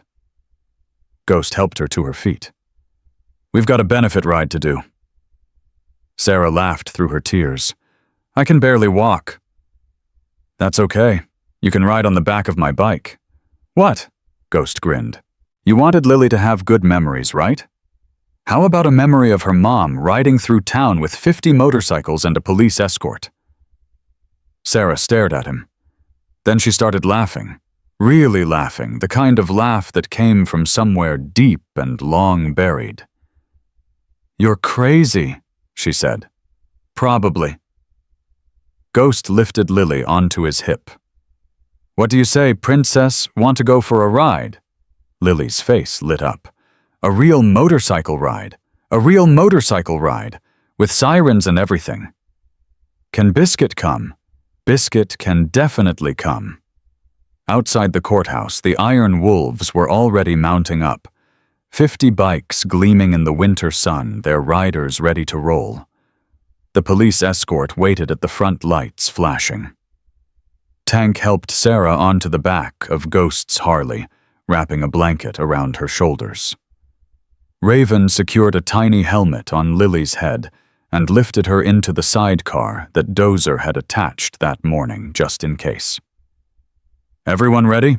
Ghost called out. 50 engines roared in answer. Ghost kicked his bike to life. The rumble vibrated through his bones, through Sarah's hands clasped around his waist, through Lily's excited squeal from the sidecar. "Let's ride." The procession wound through town, past the shops decorated for Christmas, past the crowds that had gathered to watch, past the news cameras capturing every moment. People lined the streets, cheering, waving, holding signs. "We love you, Lily. Stay strong, Sarah. Iron wolves forever." Sarah's arms tightened around Ghost's waist. He felt her tears soaking through his jacket, but when he glanced back, she was smiling. Lily waved at everyone they passed. Biscuit clutched in her other hand, her face bright with joy. This Ghost thought. This is what it was all for. Not the courtroom victory, not defeating Victoria, not proving himself to a system that had written him off long ago. This. A dying mother feeling the wind on her face. A little girl making memories that would last a lifetime. A community showing the world what family really meant. The ride ended at the town square, where a Christmas festival was in full swing. Volunteers had set up donation stations, and the crowd surged forward with cash checks, gift cards, toys.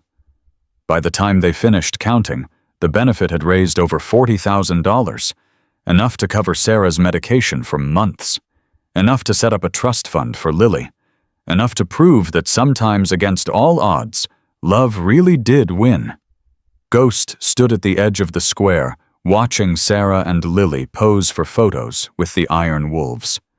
The sunset painted the sky in shades of gold and pink, and for a moment everything felt perfect. Then his phone buzzed.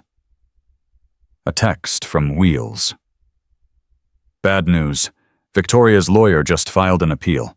They're claiming judicial bias, procedural errors. They're not giving up." Ghost stared at the message. He looked at Sarah, laughing with Raven about something. At Lily sitting on Tank's shoulders waving Biscuit at the crowd. At the community that had come together to support them. Victoria wanted a war fine. Ghost typed his reply.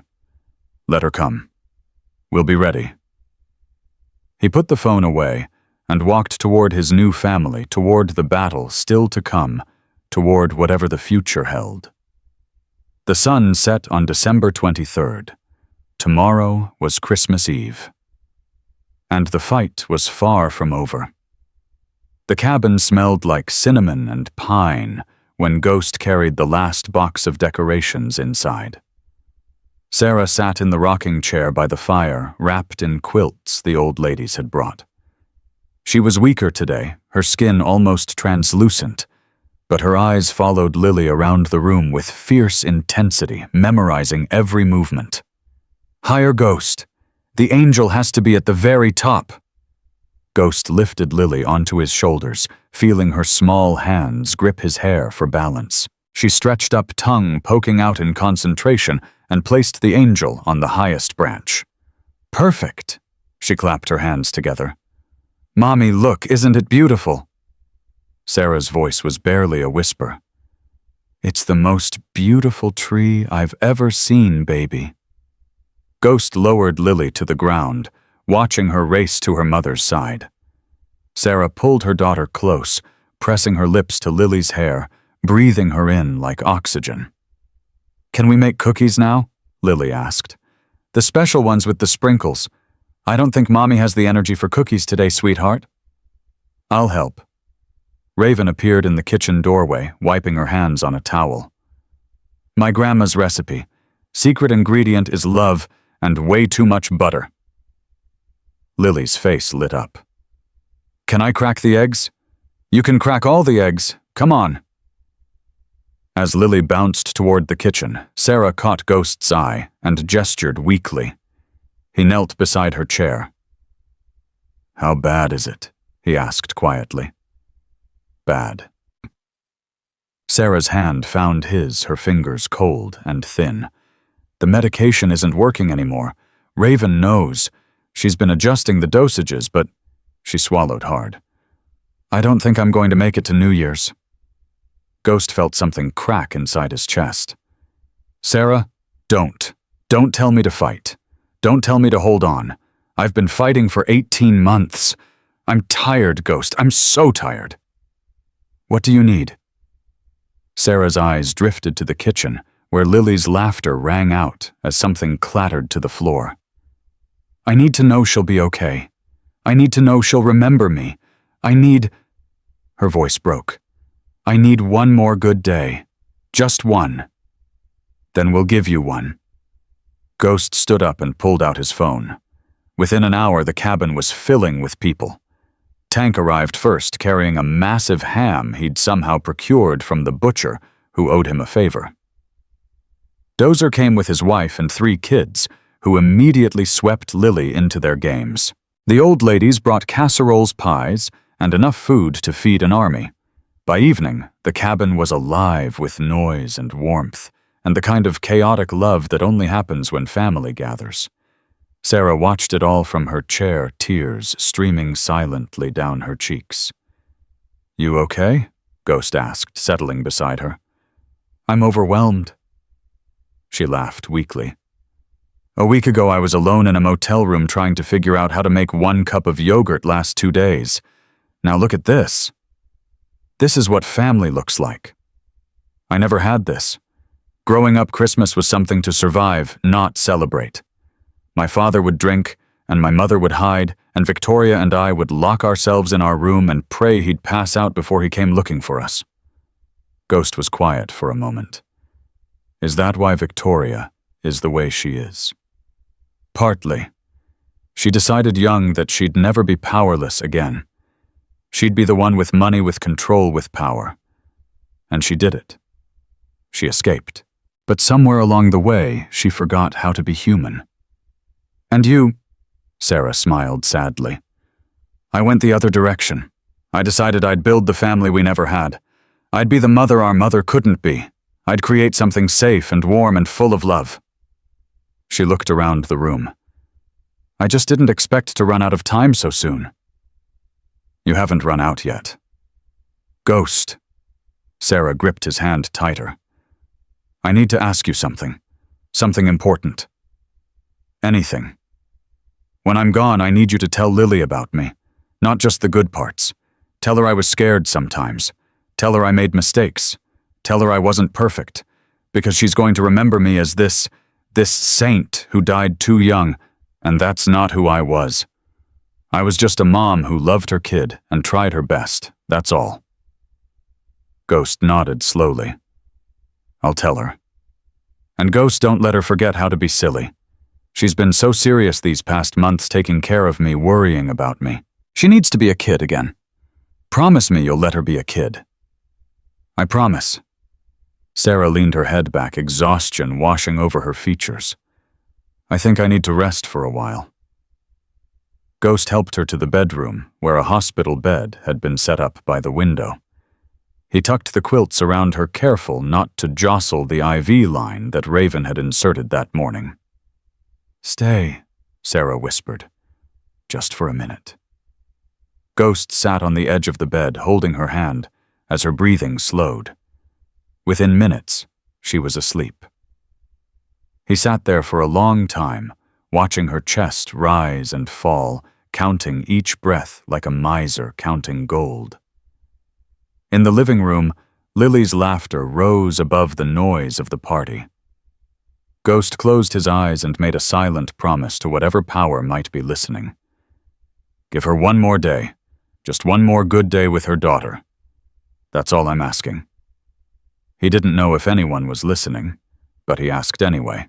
Christmas morning arrived with watery gray light filtering through the cabin windows. Ghost was already awake, sitting vigil in the chair beside Sarah's bed. He'd barely slept, jerking awake at every change in her breathing, every soft moan of pain. She'd had a rough night. The medication wasn't controlling the pain anymore, and twice Raven had come in to adjust the dosages. Now Sarah lay still, her face peaceful, but terribly pale. "Ghost!" Lily's voice came from the doorway. She stood there in her new pajamas, biscuit under her arm, her eyes fixed on her mother's still form. "Hey, Princess. Merry Christmas." "Is Mommy—" "She's sleeping. She had a hard night, but she's okay. She's going to wake up soon." Lily padded across the room and climbed onto the bed, careful not to disturb the tubes and wires. She curled up against her mother's side, fitting into the curve of Sarah's body, like she'd done 1,000 times before. "I'm going to stay here until she wakes up," Lily said. "Santa came. There's presents everywhere, but I want to open them with Mommy." Ghost's throat tightened. "That's a good idea." They waited together. Ghost in his chair, Lily pressed against her mother as the morning light grew stronger. In the living room, he could hear the others stirring, keeping their voices low, understanding, without being told that this day was different. At 8:30, Sarah's eyes fluttered open. "Lily. Mommy." Lily sat up, her face shining. "You're awake. It's Christmas. Santa came, and there's 1,000,000 presents, and Ghost said we had to wait for you." Sarah smiled her hand, reaching up to touch her daughter's face. "Then we better go see what Santa brought." "But you have to rest. I'll rest later. Right now I want to watch my daughter open Christmas presents." Ghost carried Sarah to the living room, settling her on the couch with pillows and blankets while the others gathered around. The tree sparkled with lights, and beneath it presents were piled higher than Lily was tall. "Can I start?" Lily bounced on her toes, unable to contain her excitement. "Go ahead, baby." What followed was the best kind of chaos. Lily tore through wrapping paper with abandon, squealing over each new treasure, a doll that looked like her, a play kitchen set, books and puzzles, and art supplies. The other kids joined in, and soon the floor was covered in paper and ribbon and pure, unfiltered joy. Ghost sat beside Sarah, watching her watch Lily. "This is everything I wanted," Sarah murmured. "Look at her. She's so happy." "She is. Thank you, Ghost, for all of this, for giving us a real Christmas." "You gave it to yourself. You kept fighting long enough to get here." Sarah shook her head slowly. "No, I was ready to give up. In that parking lot when the car wouldn't start, I was ready to just let go. Then you showed up." She looked at him, her eyes wet. "You saved us. Not just from Victoria, from despair, from loneliness, from dying without hope." Ghost didn't know what to say, so he just took her hand and held it. Lily came running over, clutching a small, wrapped box. "Mommy, this one has your name on it. Open it." Sarah took the box with trembling hands. Inside was a locket, silver and simple, with a photo of Lily on one side and a tiny lock of her hair on the other. "Ghost helped me make it," Lily said proudly. "So you can keep me close to your heart forever and ever." Sarah broke down completely. She pulled Lily into her arms, sobbing so hard, Her whole body shook. Ghost looked away, giving them privacy, but he could feel his own eyes burning. "I love you so much," Sarah gasped. So much. You're the best thing I ever did, Lily. The best thing in my whole life." "I love you too, Mommy. To the moon and back and around again." The morning stretched into afternoon. Sarah's energy faded, but she refused to go back to bed. She sat on the couch, Lily beside her, watching the kids play with their new toys, listening to the adults tell stories and laugh. At one point, Tank sat down on the floor in front of Sarah, his massive frame somehow managing to look small. "I want you to know something," he said quietly. "My mama died when I was 7. Same as this little one's age. After she was gone, I was angry for 20 years. Angry at the world, angry at God, angry at everyone who had a mother and took it for granted." He paused, his voice catching. "But then I found the club. Found Ghost. Found a family that chose me, even though I was broken and mean and hard to love. And I realized something. My mama didn't abandon me. She just passed me on to people who could finish raising me." Tank looked at Lily, then back at Sarah. "That's what you're doing. You're not leaving her. You're passing her on to people who will love her like she deserves. And someday when she's grown, she's going to understand that. She's going to know that her mama loved her so much she made sure she'd never be alone." Sarah reached out and touched Tank's scarred face, tears streaming down her cheeks. "Thank you," she whispered. "Thank you for understanding." Tank nodded once, then stood and walked away quickly, but not before Ghost saw him wiping his eyes. As evening approached, Sarah's condition worsened. Her breathing became labored, her skin took on a grayish tinge, and she kept drifting in and out of consciousness. Raven pulled Ghost aside. "It's happening," she said quietly. "Could be tonight. Could be a few more days. But it's close." "Does she know? She knows?" Ghost looked at Sarah, who was whispering something to Lily, their foreheads pressed together. "What should I do? Be there.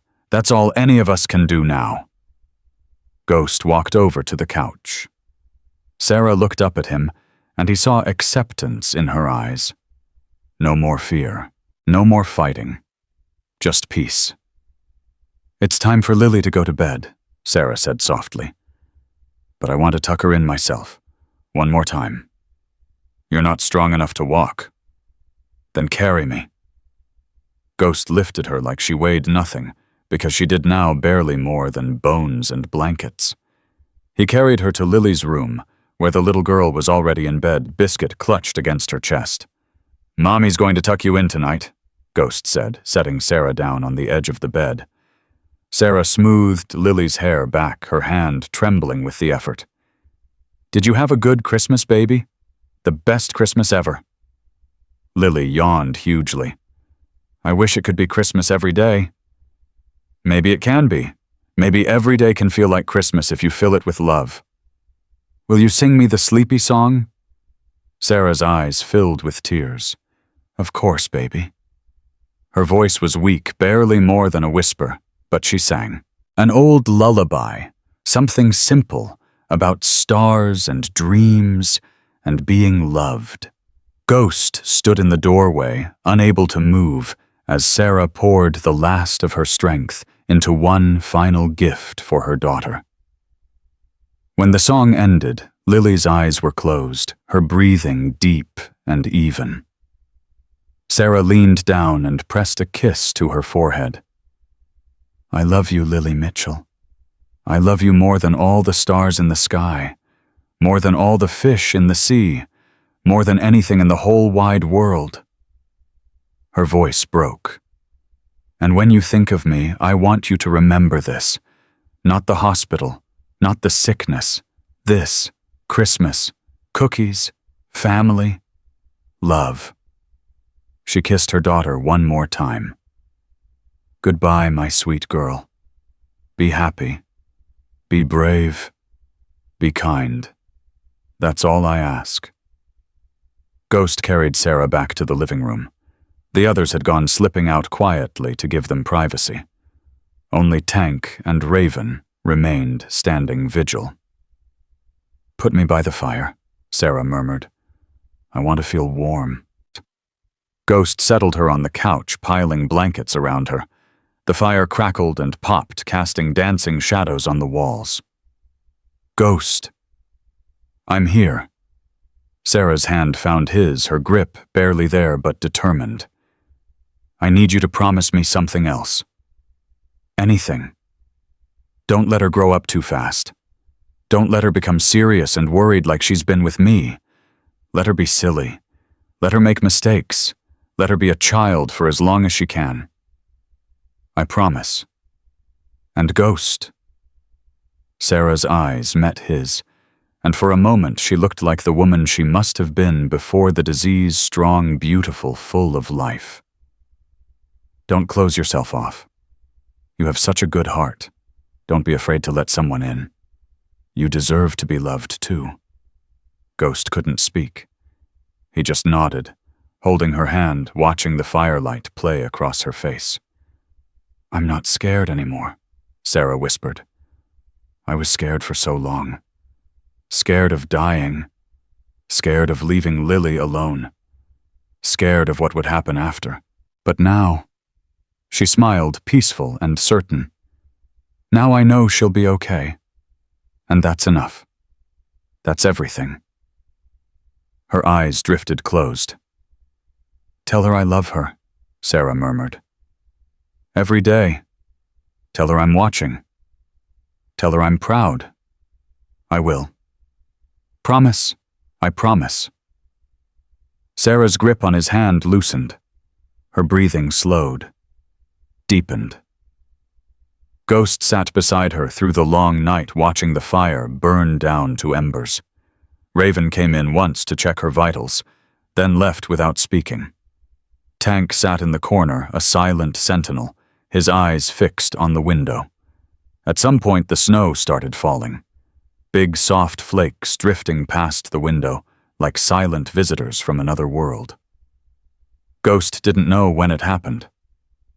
One moment, Sarah was breathing. The next, she wasn't. There was no dramatic ending, no gasping final words. She simply stopped, like a candle guttering out, like a song reaching its end. Ghost sat there holding her hand, feeling the warmth slowly leave her body. "She's gone," Raven said quietly, coming to stand beside him. Ghost nodded. He couldn't speak. Something enormous was pressing on his chest, making it hard to breathe. "Do you want me to?" "No!" Ghost's voice came out rough, broken. "I'll do it. I need a minute." Raven touched his shoulder once, then withdrew. Tank followed, pulling the door closed behind them. Ghost sat alone with Sarah's body, watching the snow fall outside. He thought about the parking lot where he'd first seen her, the way she'd struggled to pick up her keys, the fear in her eyes when he'd approached. He thought about Lily sleeping down the hall, not knowing that her world had just shattered. He thought about the promise he'd made. To Sarah. To Lily. To himself. "I'll take care of her," he said to the empty room. "I swear it. For as long as I live, I'll take care of her." The snow kept falling. The fire burned down to ashes. And somewhere in that cabin, a little girl slept peacefully, dreaming of Christmas, not knowing that tomorrow, everything would change. Ghost didn't move until dawn. When the first gray light crept through the windows, he finally released Sarah's hand. He stood, stretched muscles that had cramped from sitting so long, and walked to Lily's door. He stood there for a long moment, hand on the knob, trying to find the words. There were no words. There never would be. Some things couldn't be explained or softened or made okay. They just had to be survived. Ghost opened the door.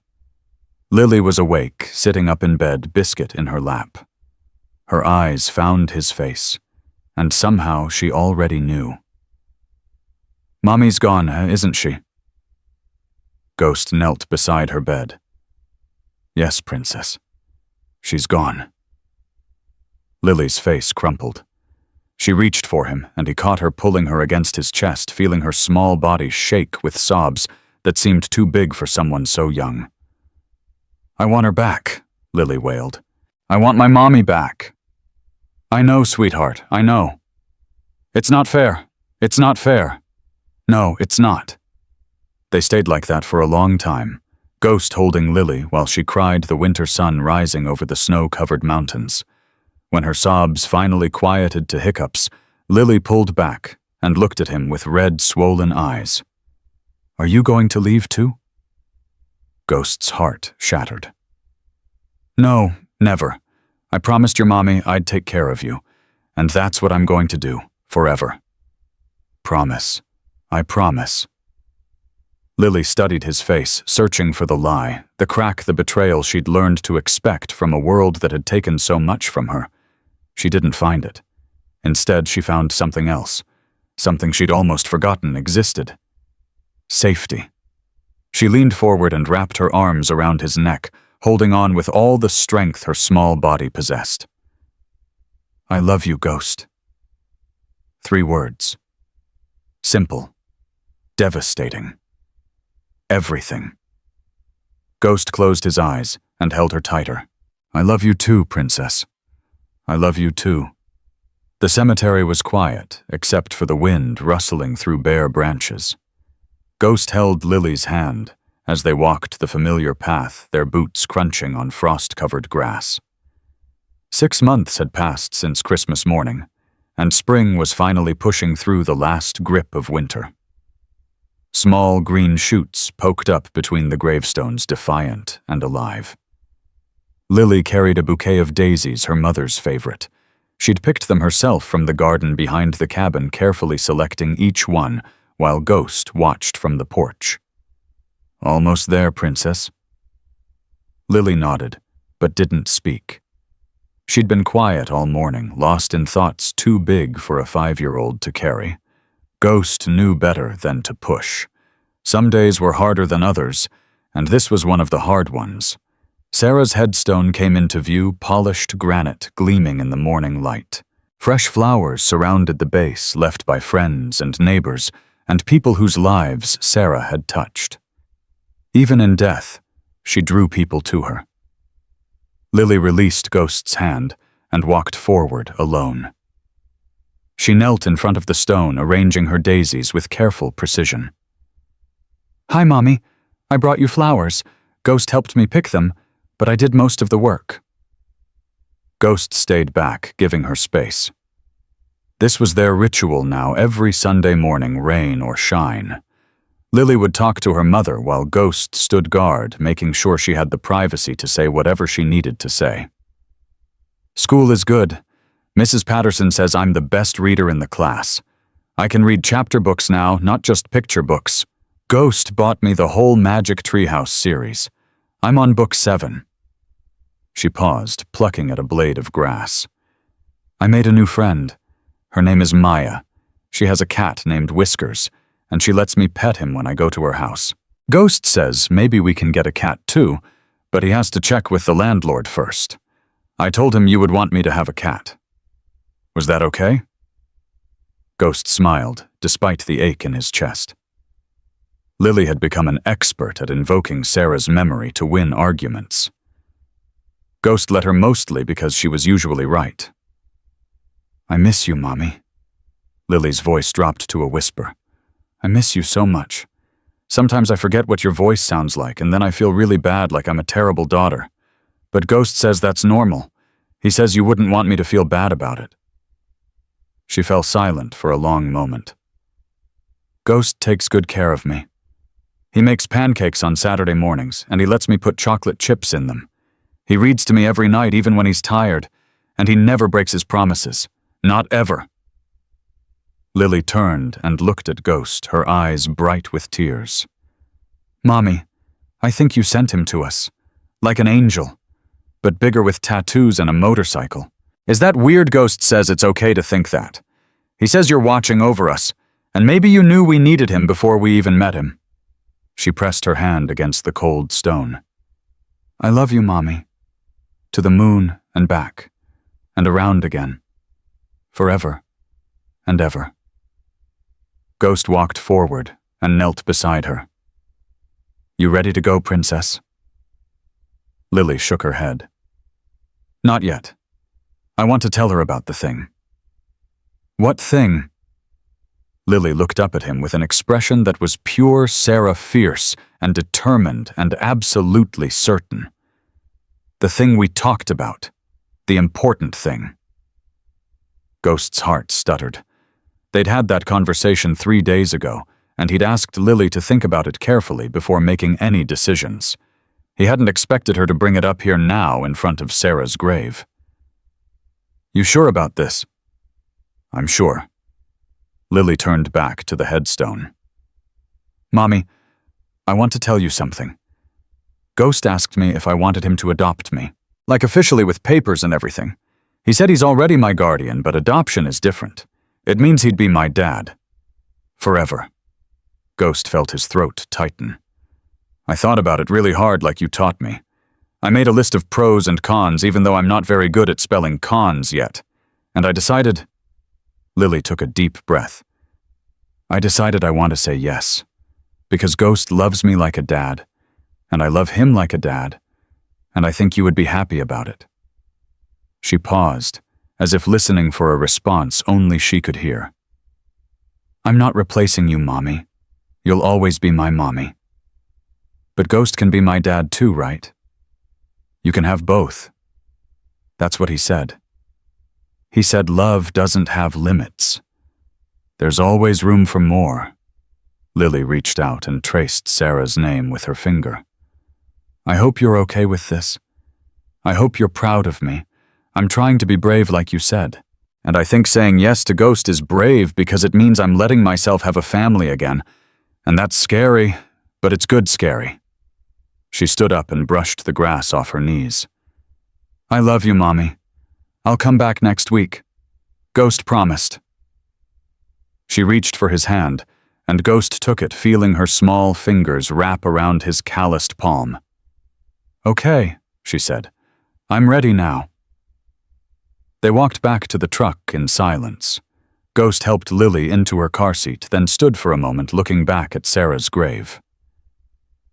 "I'll take care of her," he said quietly. "I'll love her enough for both of us." The wind stirred, carrying the scent of flowers and fresh earth, and something else, something warm and sweet, that felt like approval. Ghost got in the truck and started the engine. "Can we get ice cream?" Lily asked. "It's 10 in the morning." "So?" Ghost laughed, the sound surprising him. 6 months ago, he couldn't have imagined laughing at anything, but Lily had a way of pulling joy out of him even on the hardest days. "Yeah, okay, ice cream it is. With sprinkles. With sprinkles." The drive back to town took them past the Iron Wolves clubhouse, where bikes were already lined up outside. Ghost honked twice, and Tank emerged from the doorway, raising a massive hand in greeting. "Can we stop and say hi?" Lily asked. "Later. We've got ice cream to eat."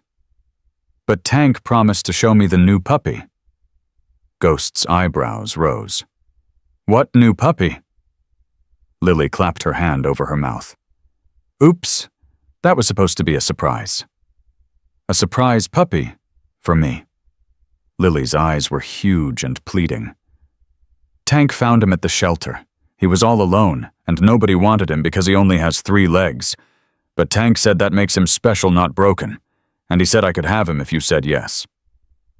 Ghost pulled the truck into the clubhouse lot and turned to face Lily. "You've been planning this, haven't you?" Lily tried to look innocent. She failed spectacularly. "Maybe." "And you told Tank to find a 3-legged dog on purpose because you knew I couldn't say no to that." "Maybe." And you brought up the adoption at your mom's grave so I'd be all emotional and soft when you sprung the puppy on me. Lily's innocent expression crumbled into a grin. You're really smart, Ghost. I'm being manipulated by a 5-year-old. 6 next month. Ghost shook his head, but he was smiling. Fine. Let's go see this puppy. Lily shrieked with joy and was out of her car seat before Ghost could unbuckle his seatbelt.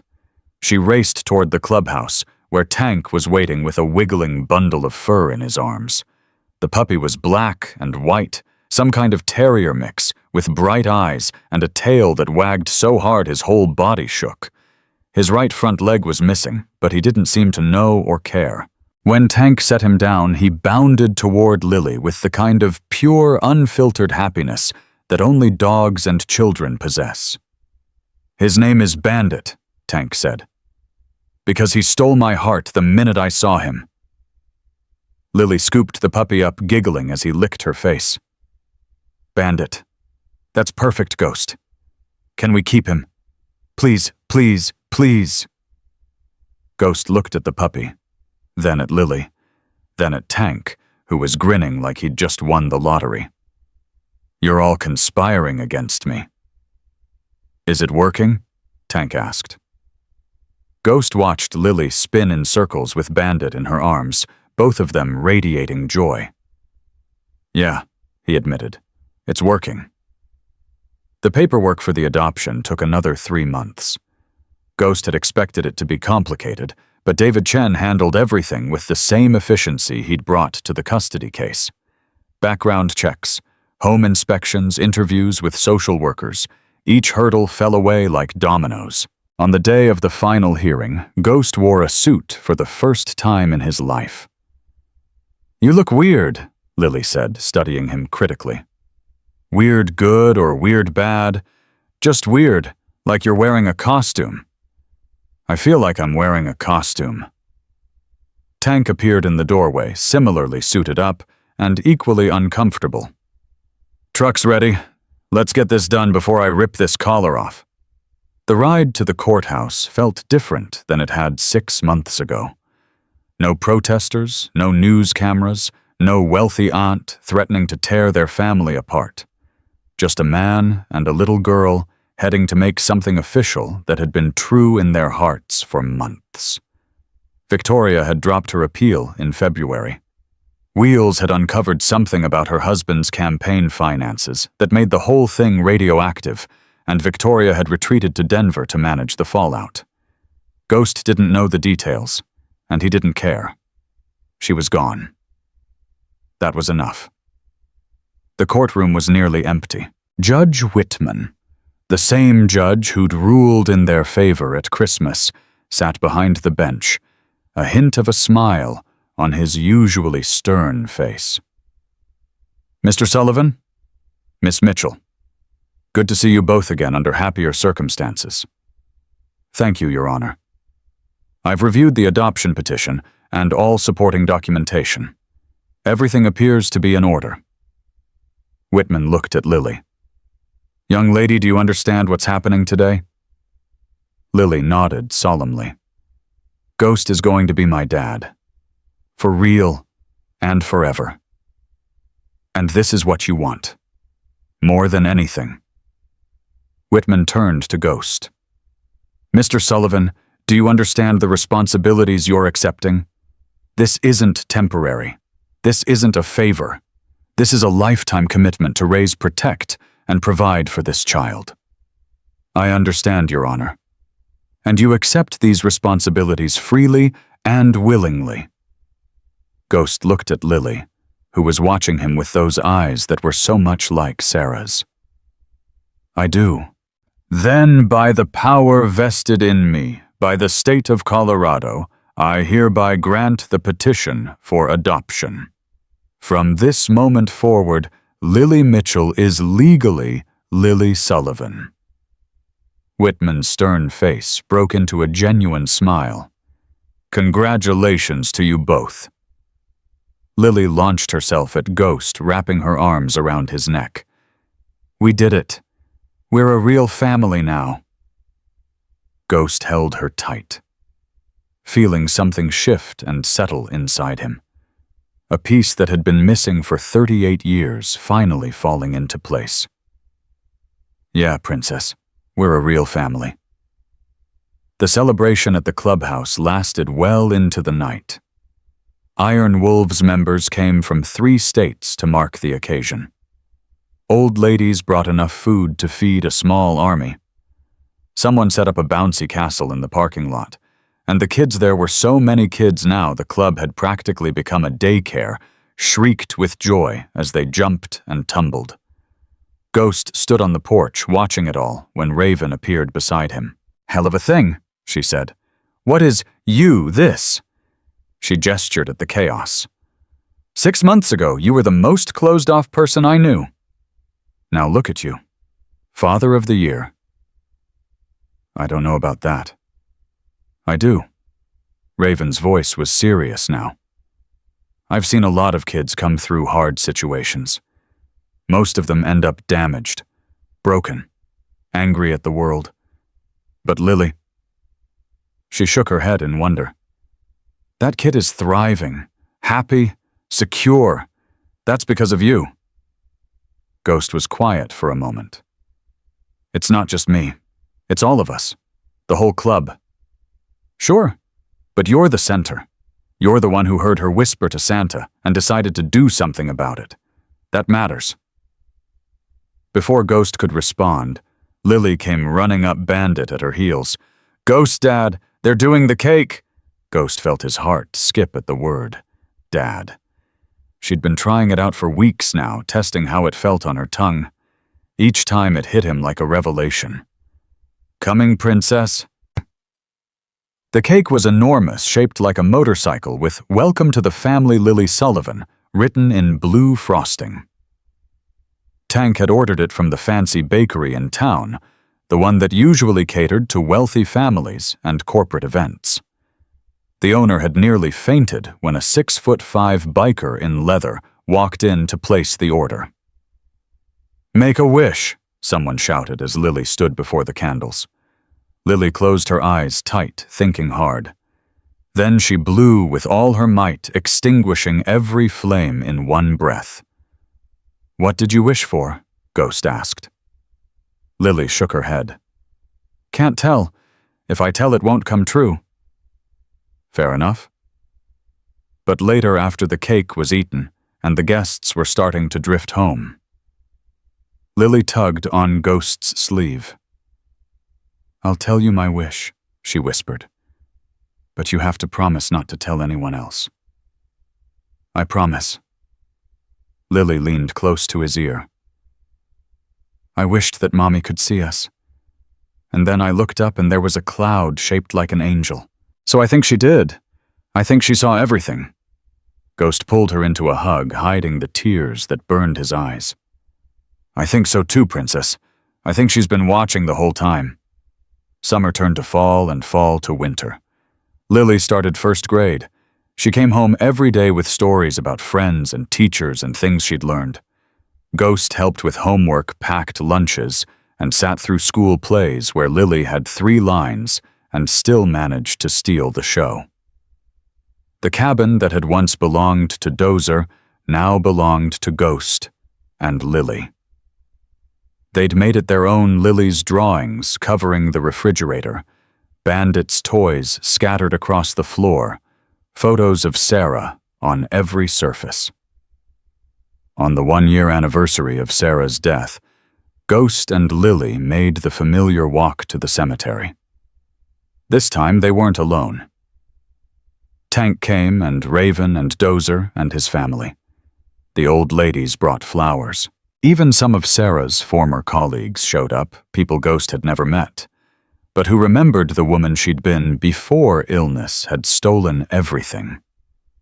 They stood in a circle around Sarah's grave, sharing memories, telling stories, laughing and crying in equal measure. When it was Lily's turn, she stepped forward with a piece of paper in her hand.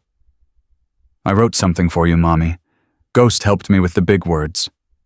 She unfolded the paper and began to read. "Dear Mommy, It's been 1 year since you went to heaven. I miss you every single day, but I'm not as sad as I used to be.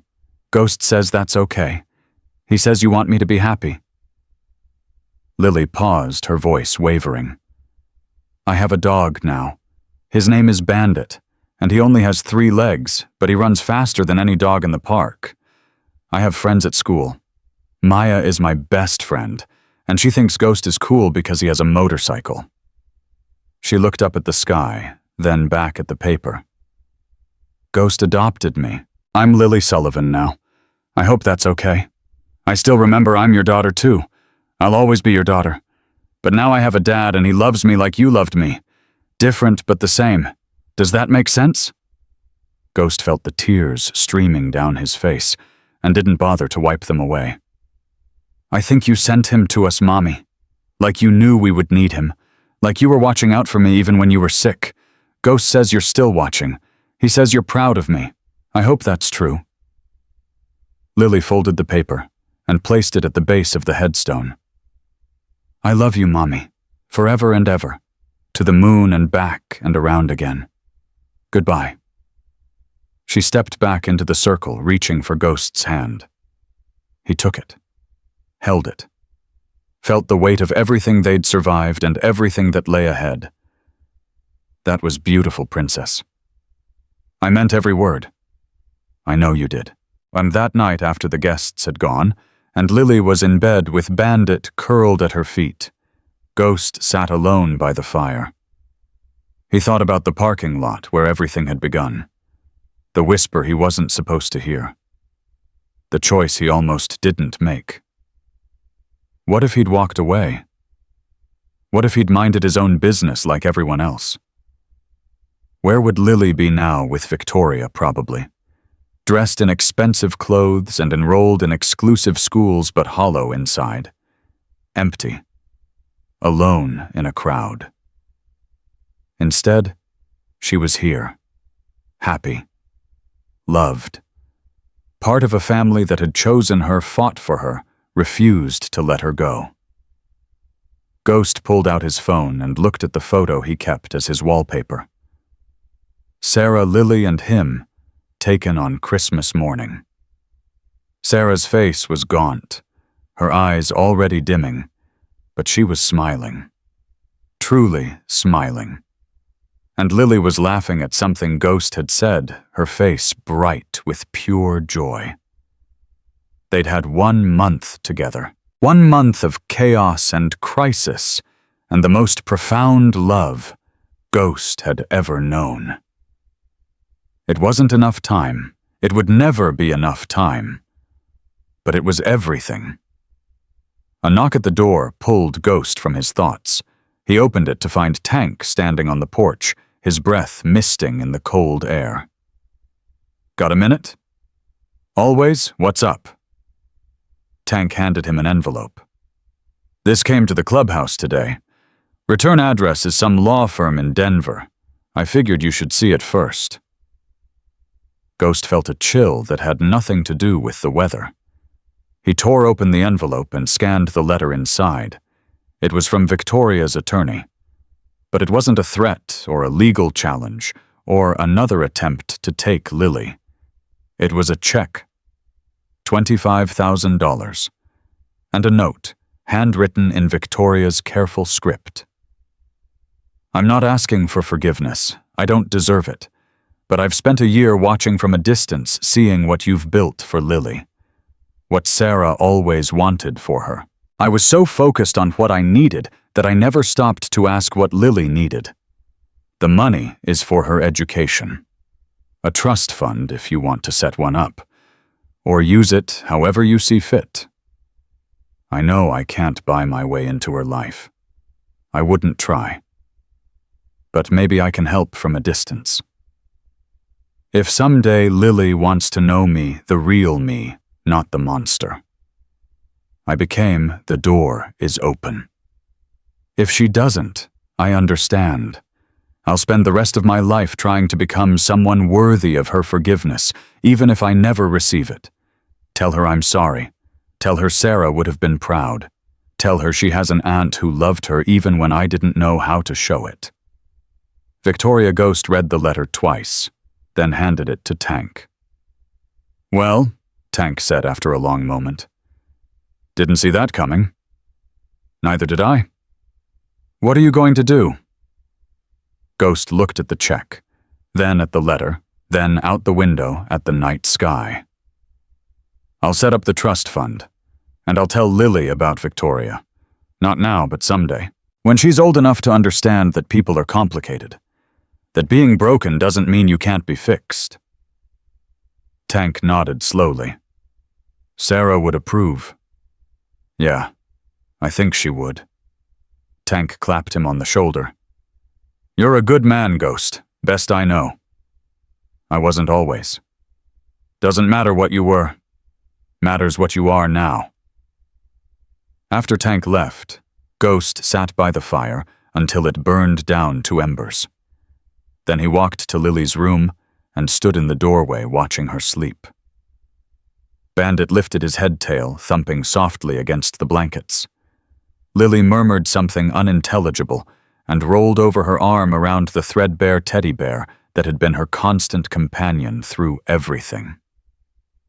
Biscuit, still falling apart at the seams, still loved beyond all reason. Ghost walked over and pulled the blankets up around Lily's shoulders. She stirred eyes fluttering open. "Dad." "Yeah, Princess. It's me."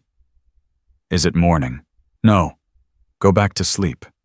Lily reached up and touched his face, her small fingers tracing the scar on his cheek. "I had a dream about Mommy," she said sleepily. She was smiling.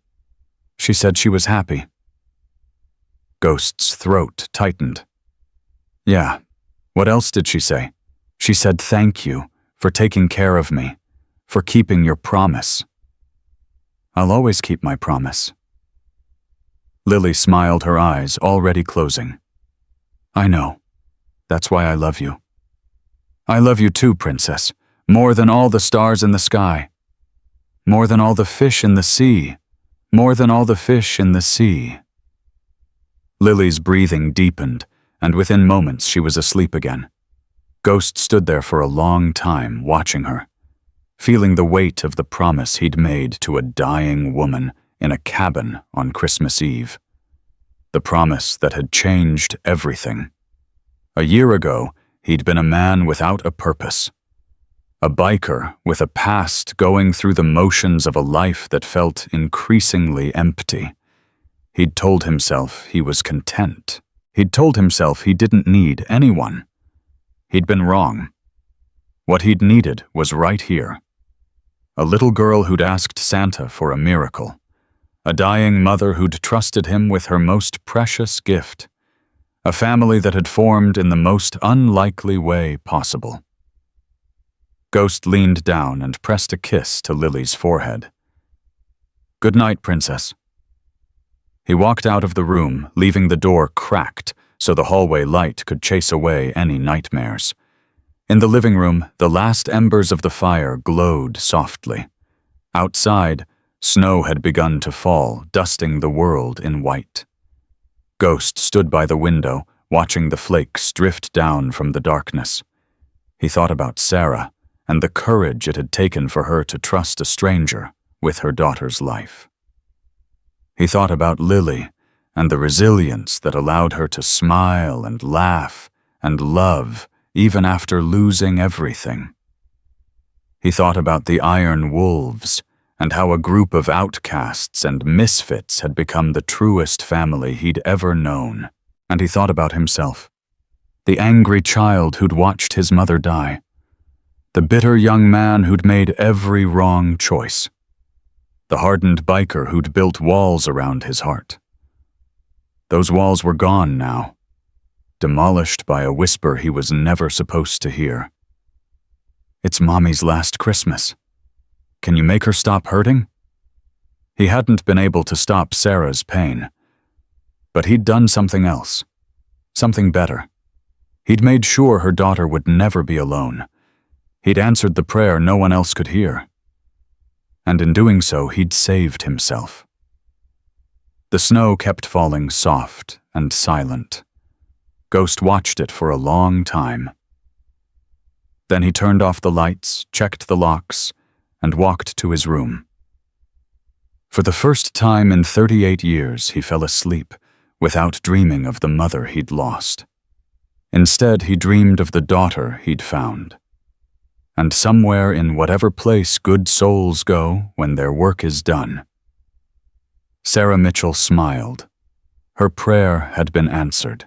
Her daughter was loved. Her legacy would live on. Not in monuments or memorials. In the heart of a biker who'd learned that family isn't about blood. It's about showing up when it matters. It's about staying when everything falls apart. It's about love, unconditional and endless, choosing someone every single day. Ghost had chosen Lily. Lily had chosen Ghost. And together they'd built something that would last forever.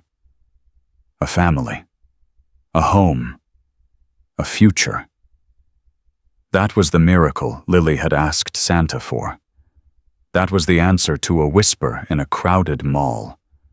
That was the gift that kept on giving long after Christmas was over. Because some stories don't end when the credits roll. Some stories are just beginning. And this one, the story of a little girl and a biker and a love that defied every odd, was going to be extraordinary. One promise at a time. One day at a time. Forever. I hope you enjoyed this story. Please share your favorite part in the comments and let me know where in the world you're watching from. Your support means everything. Until next time, remember, sometimes the people who look the scariest are the ones with the biggest hearts. And sometimes an angel doesn't wear white. He wears leather.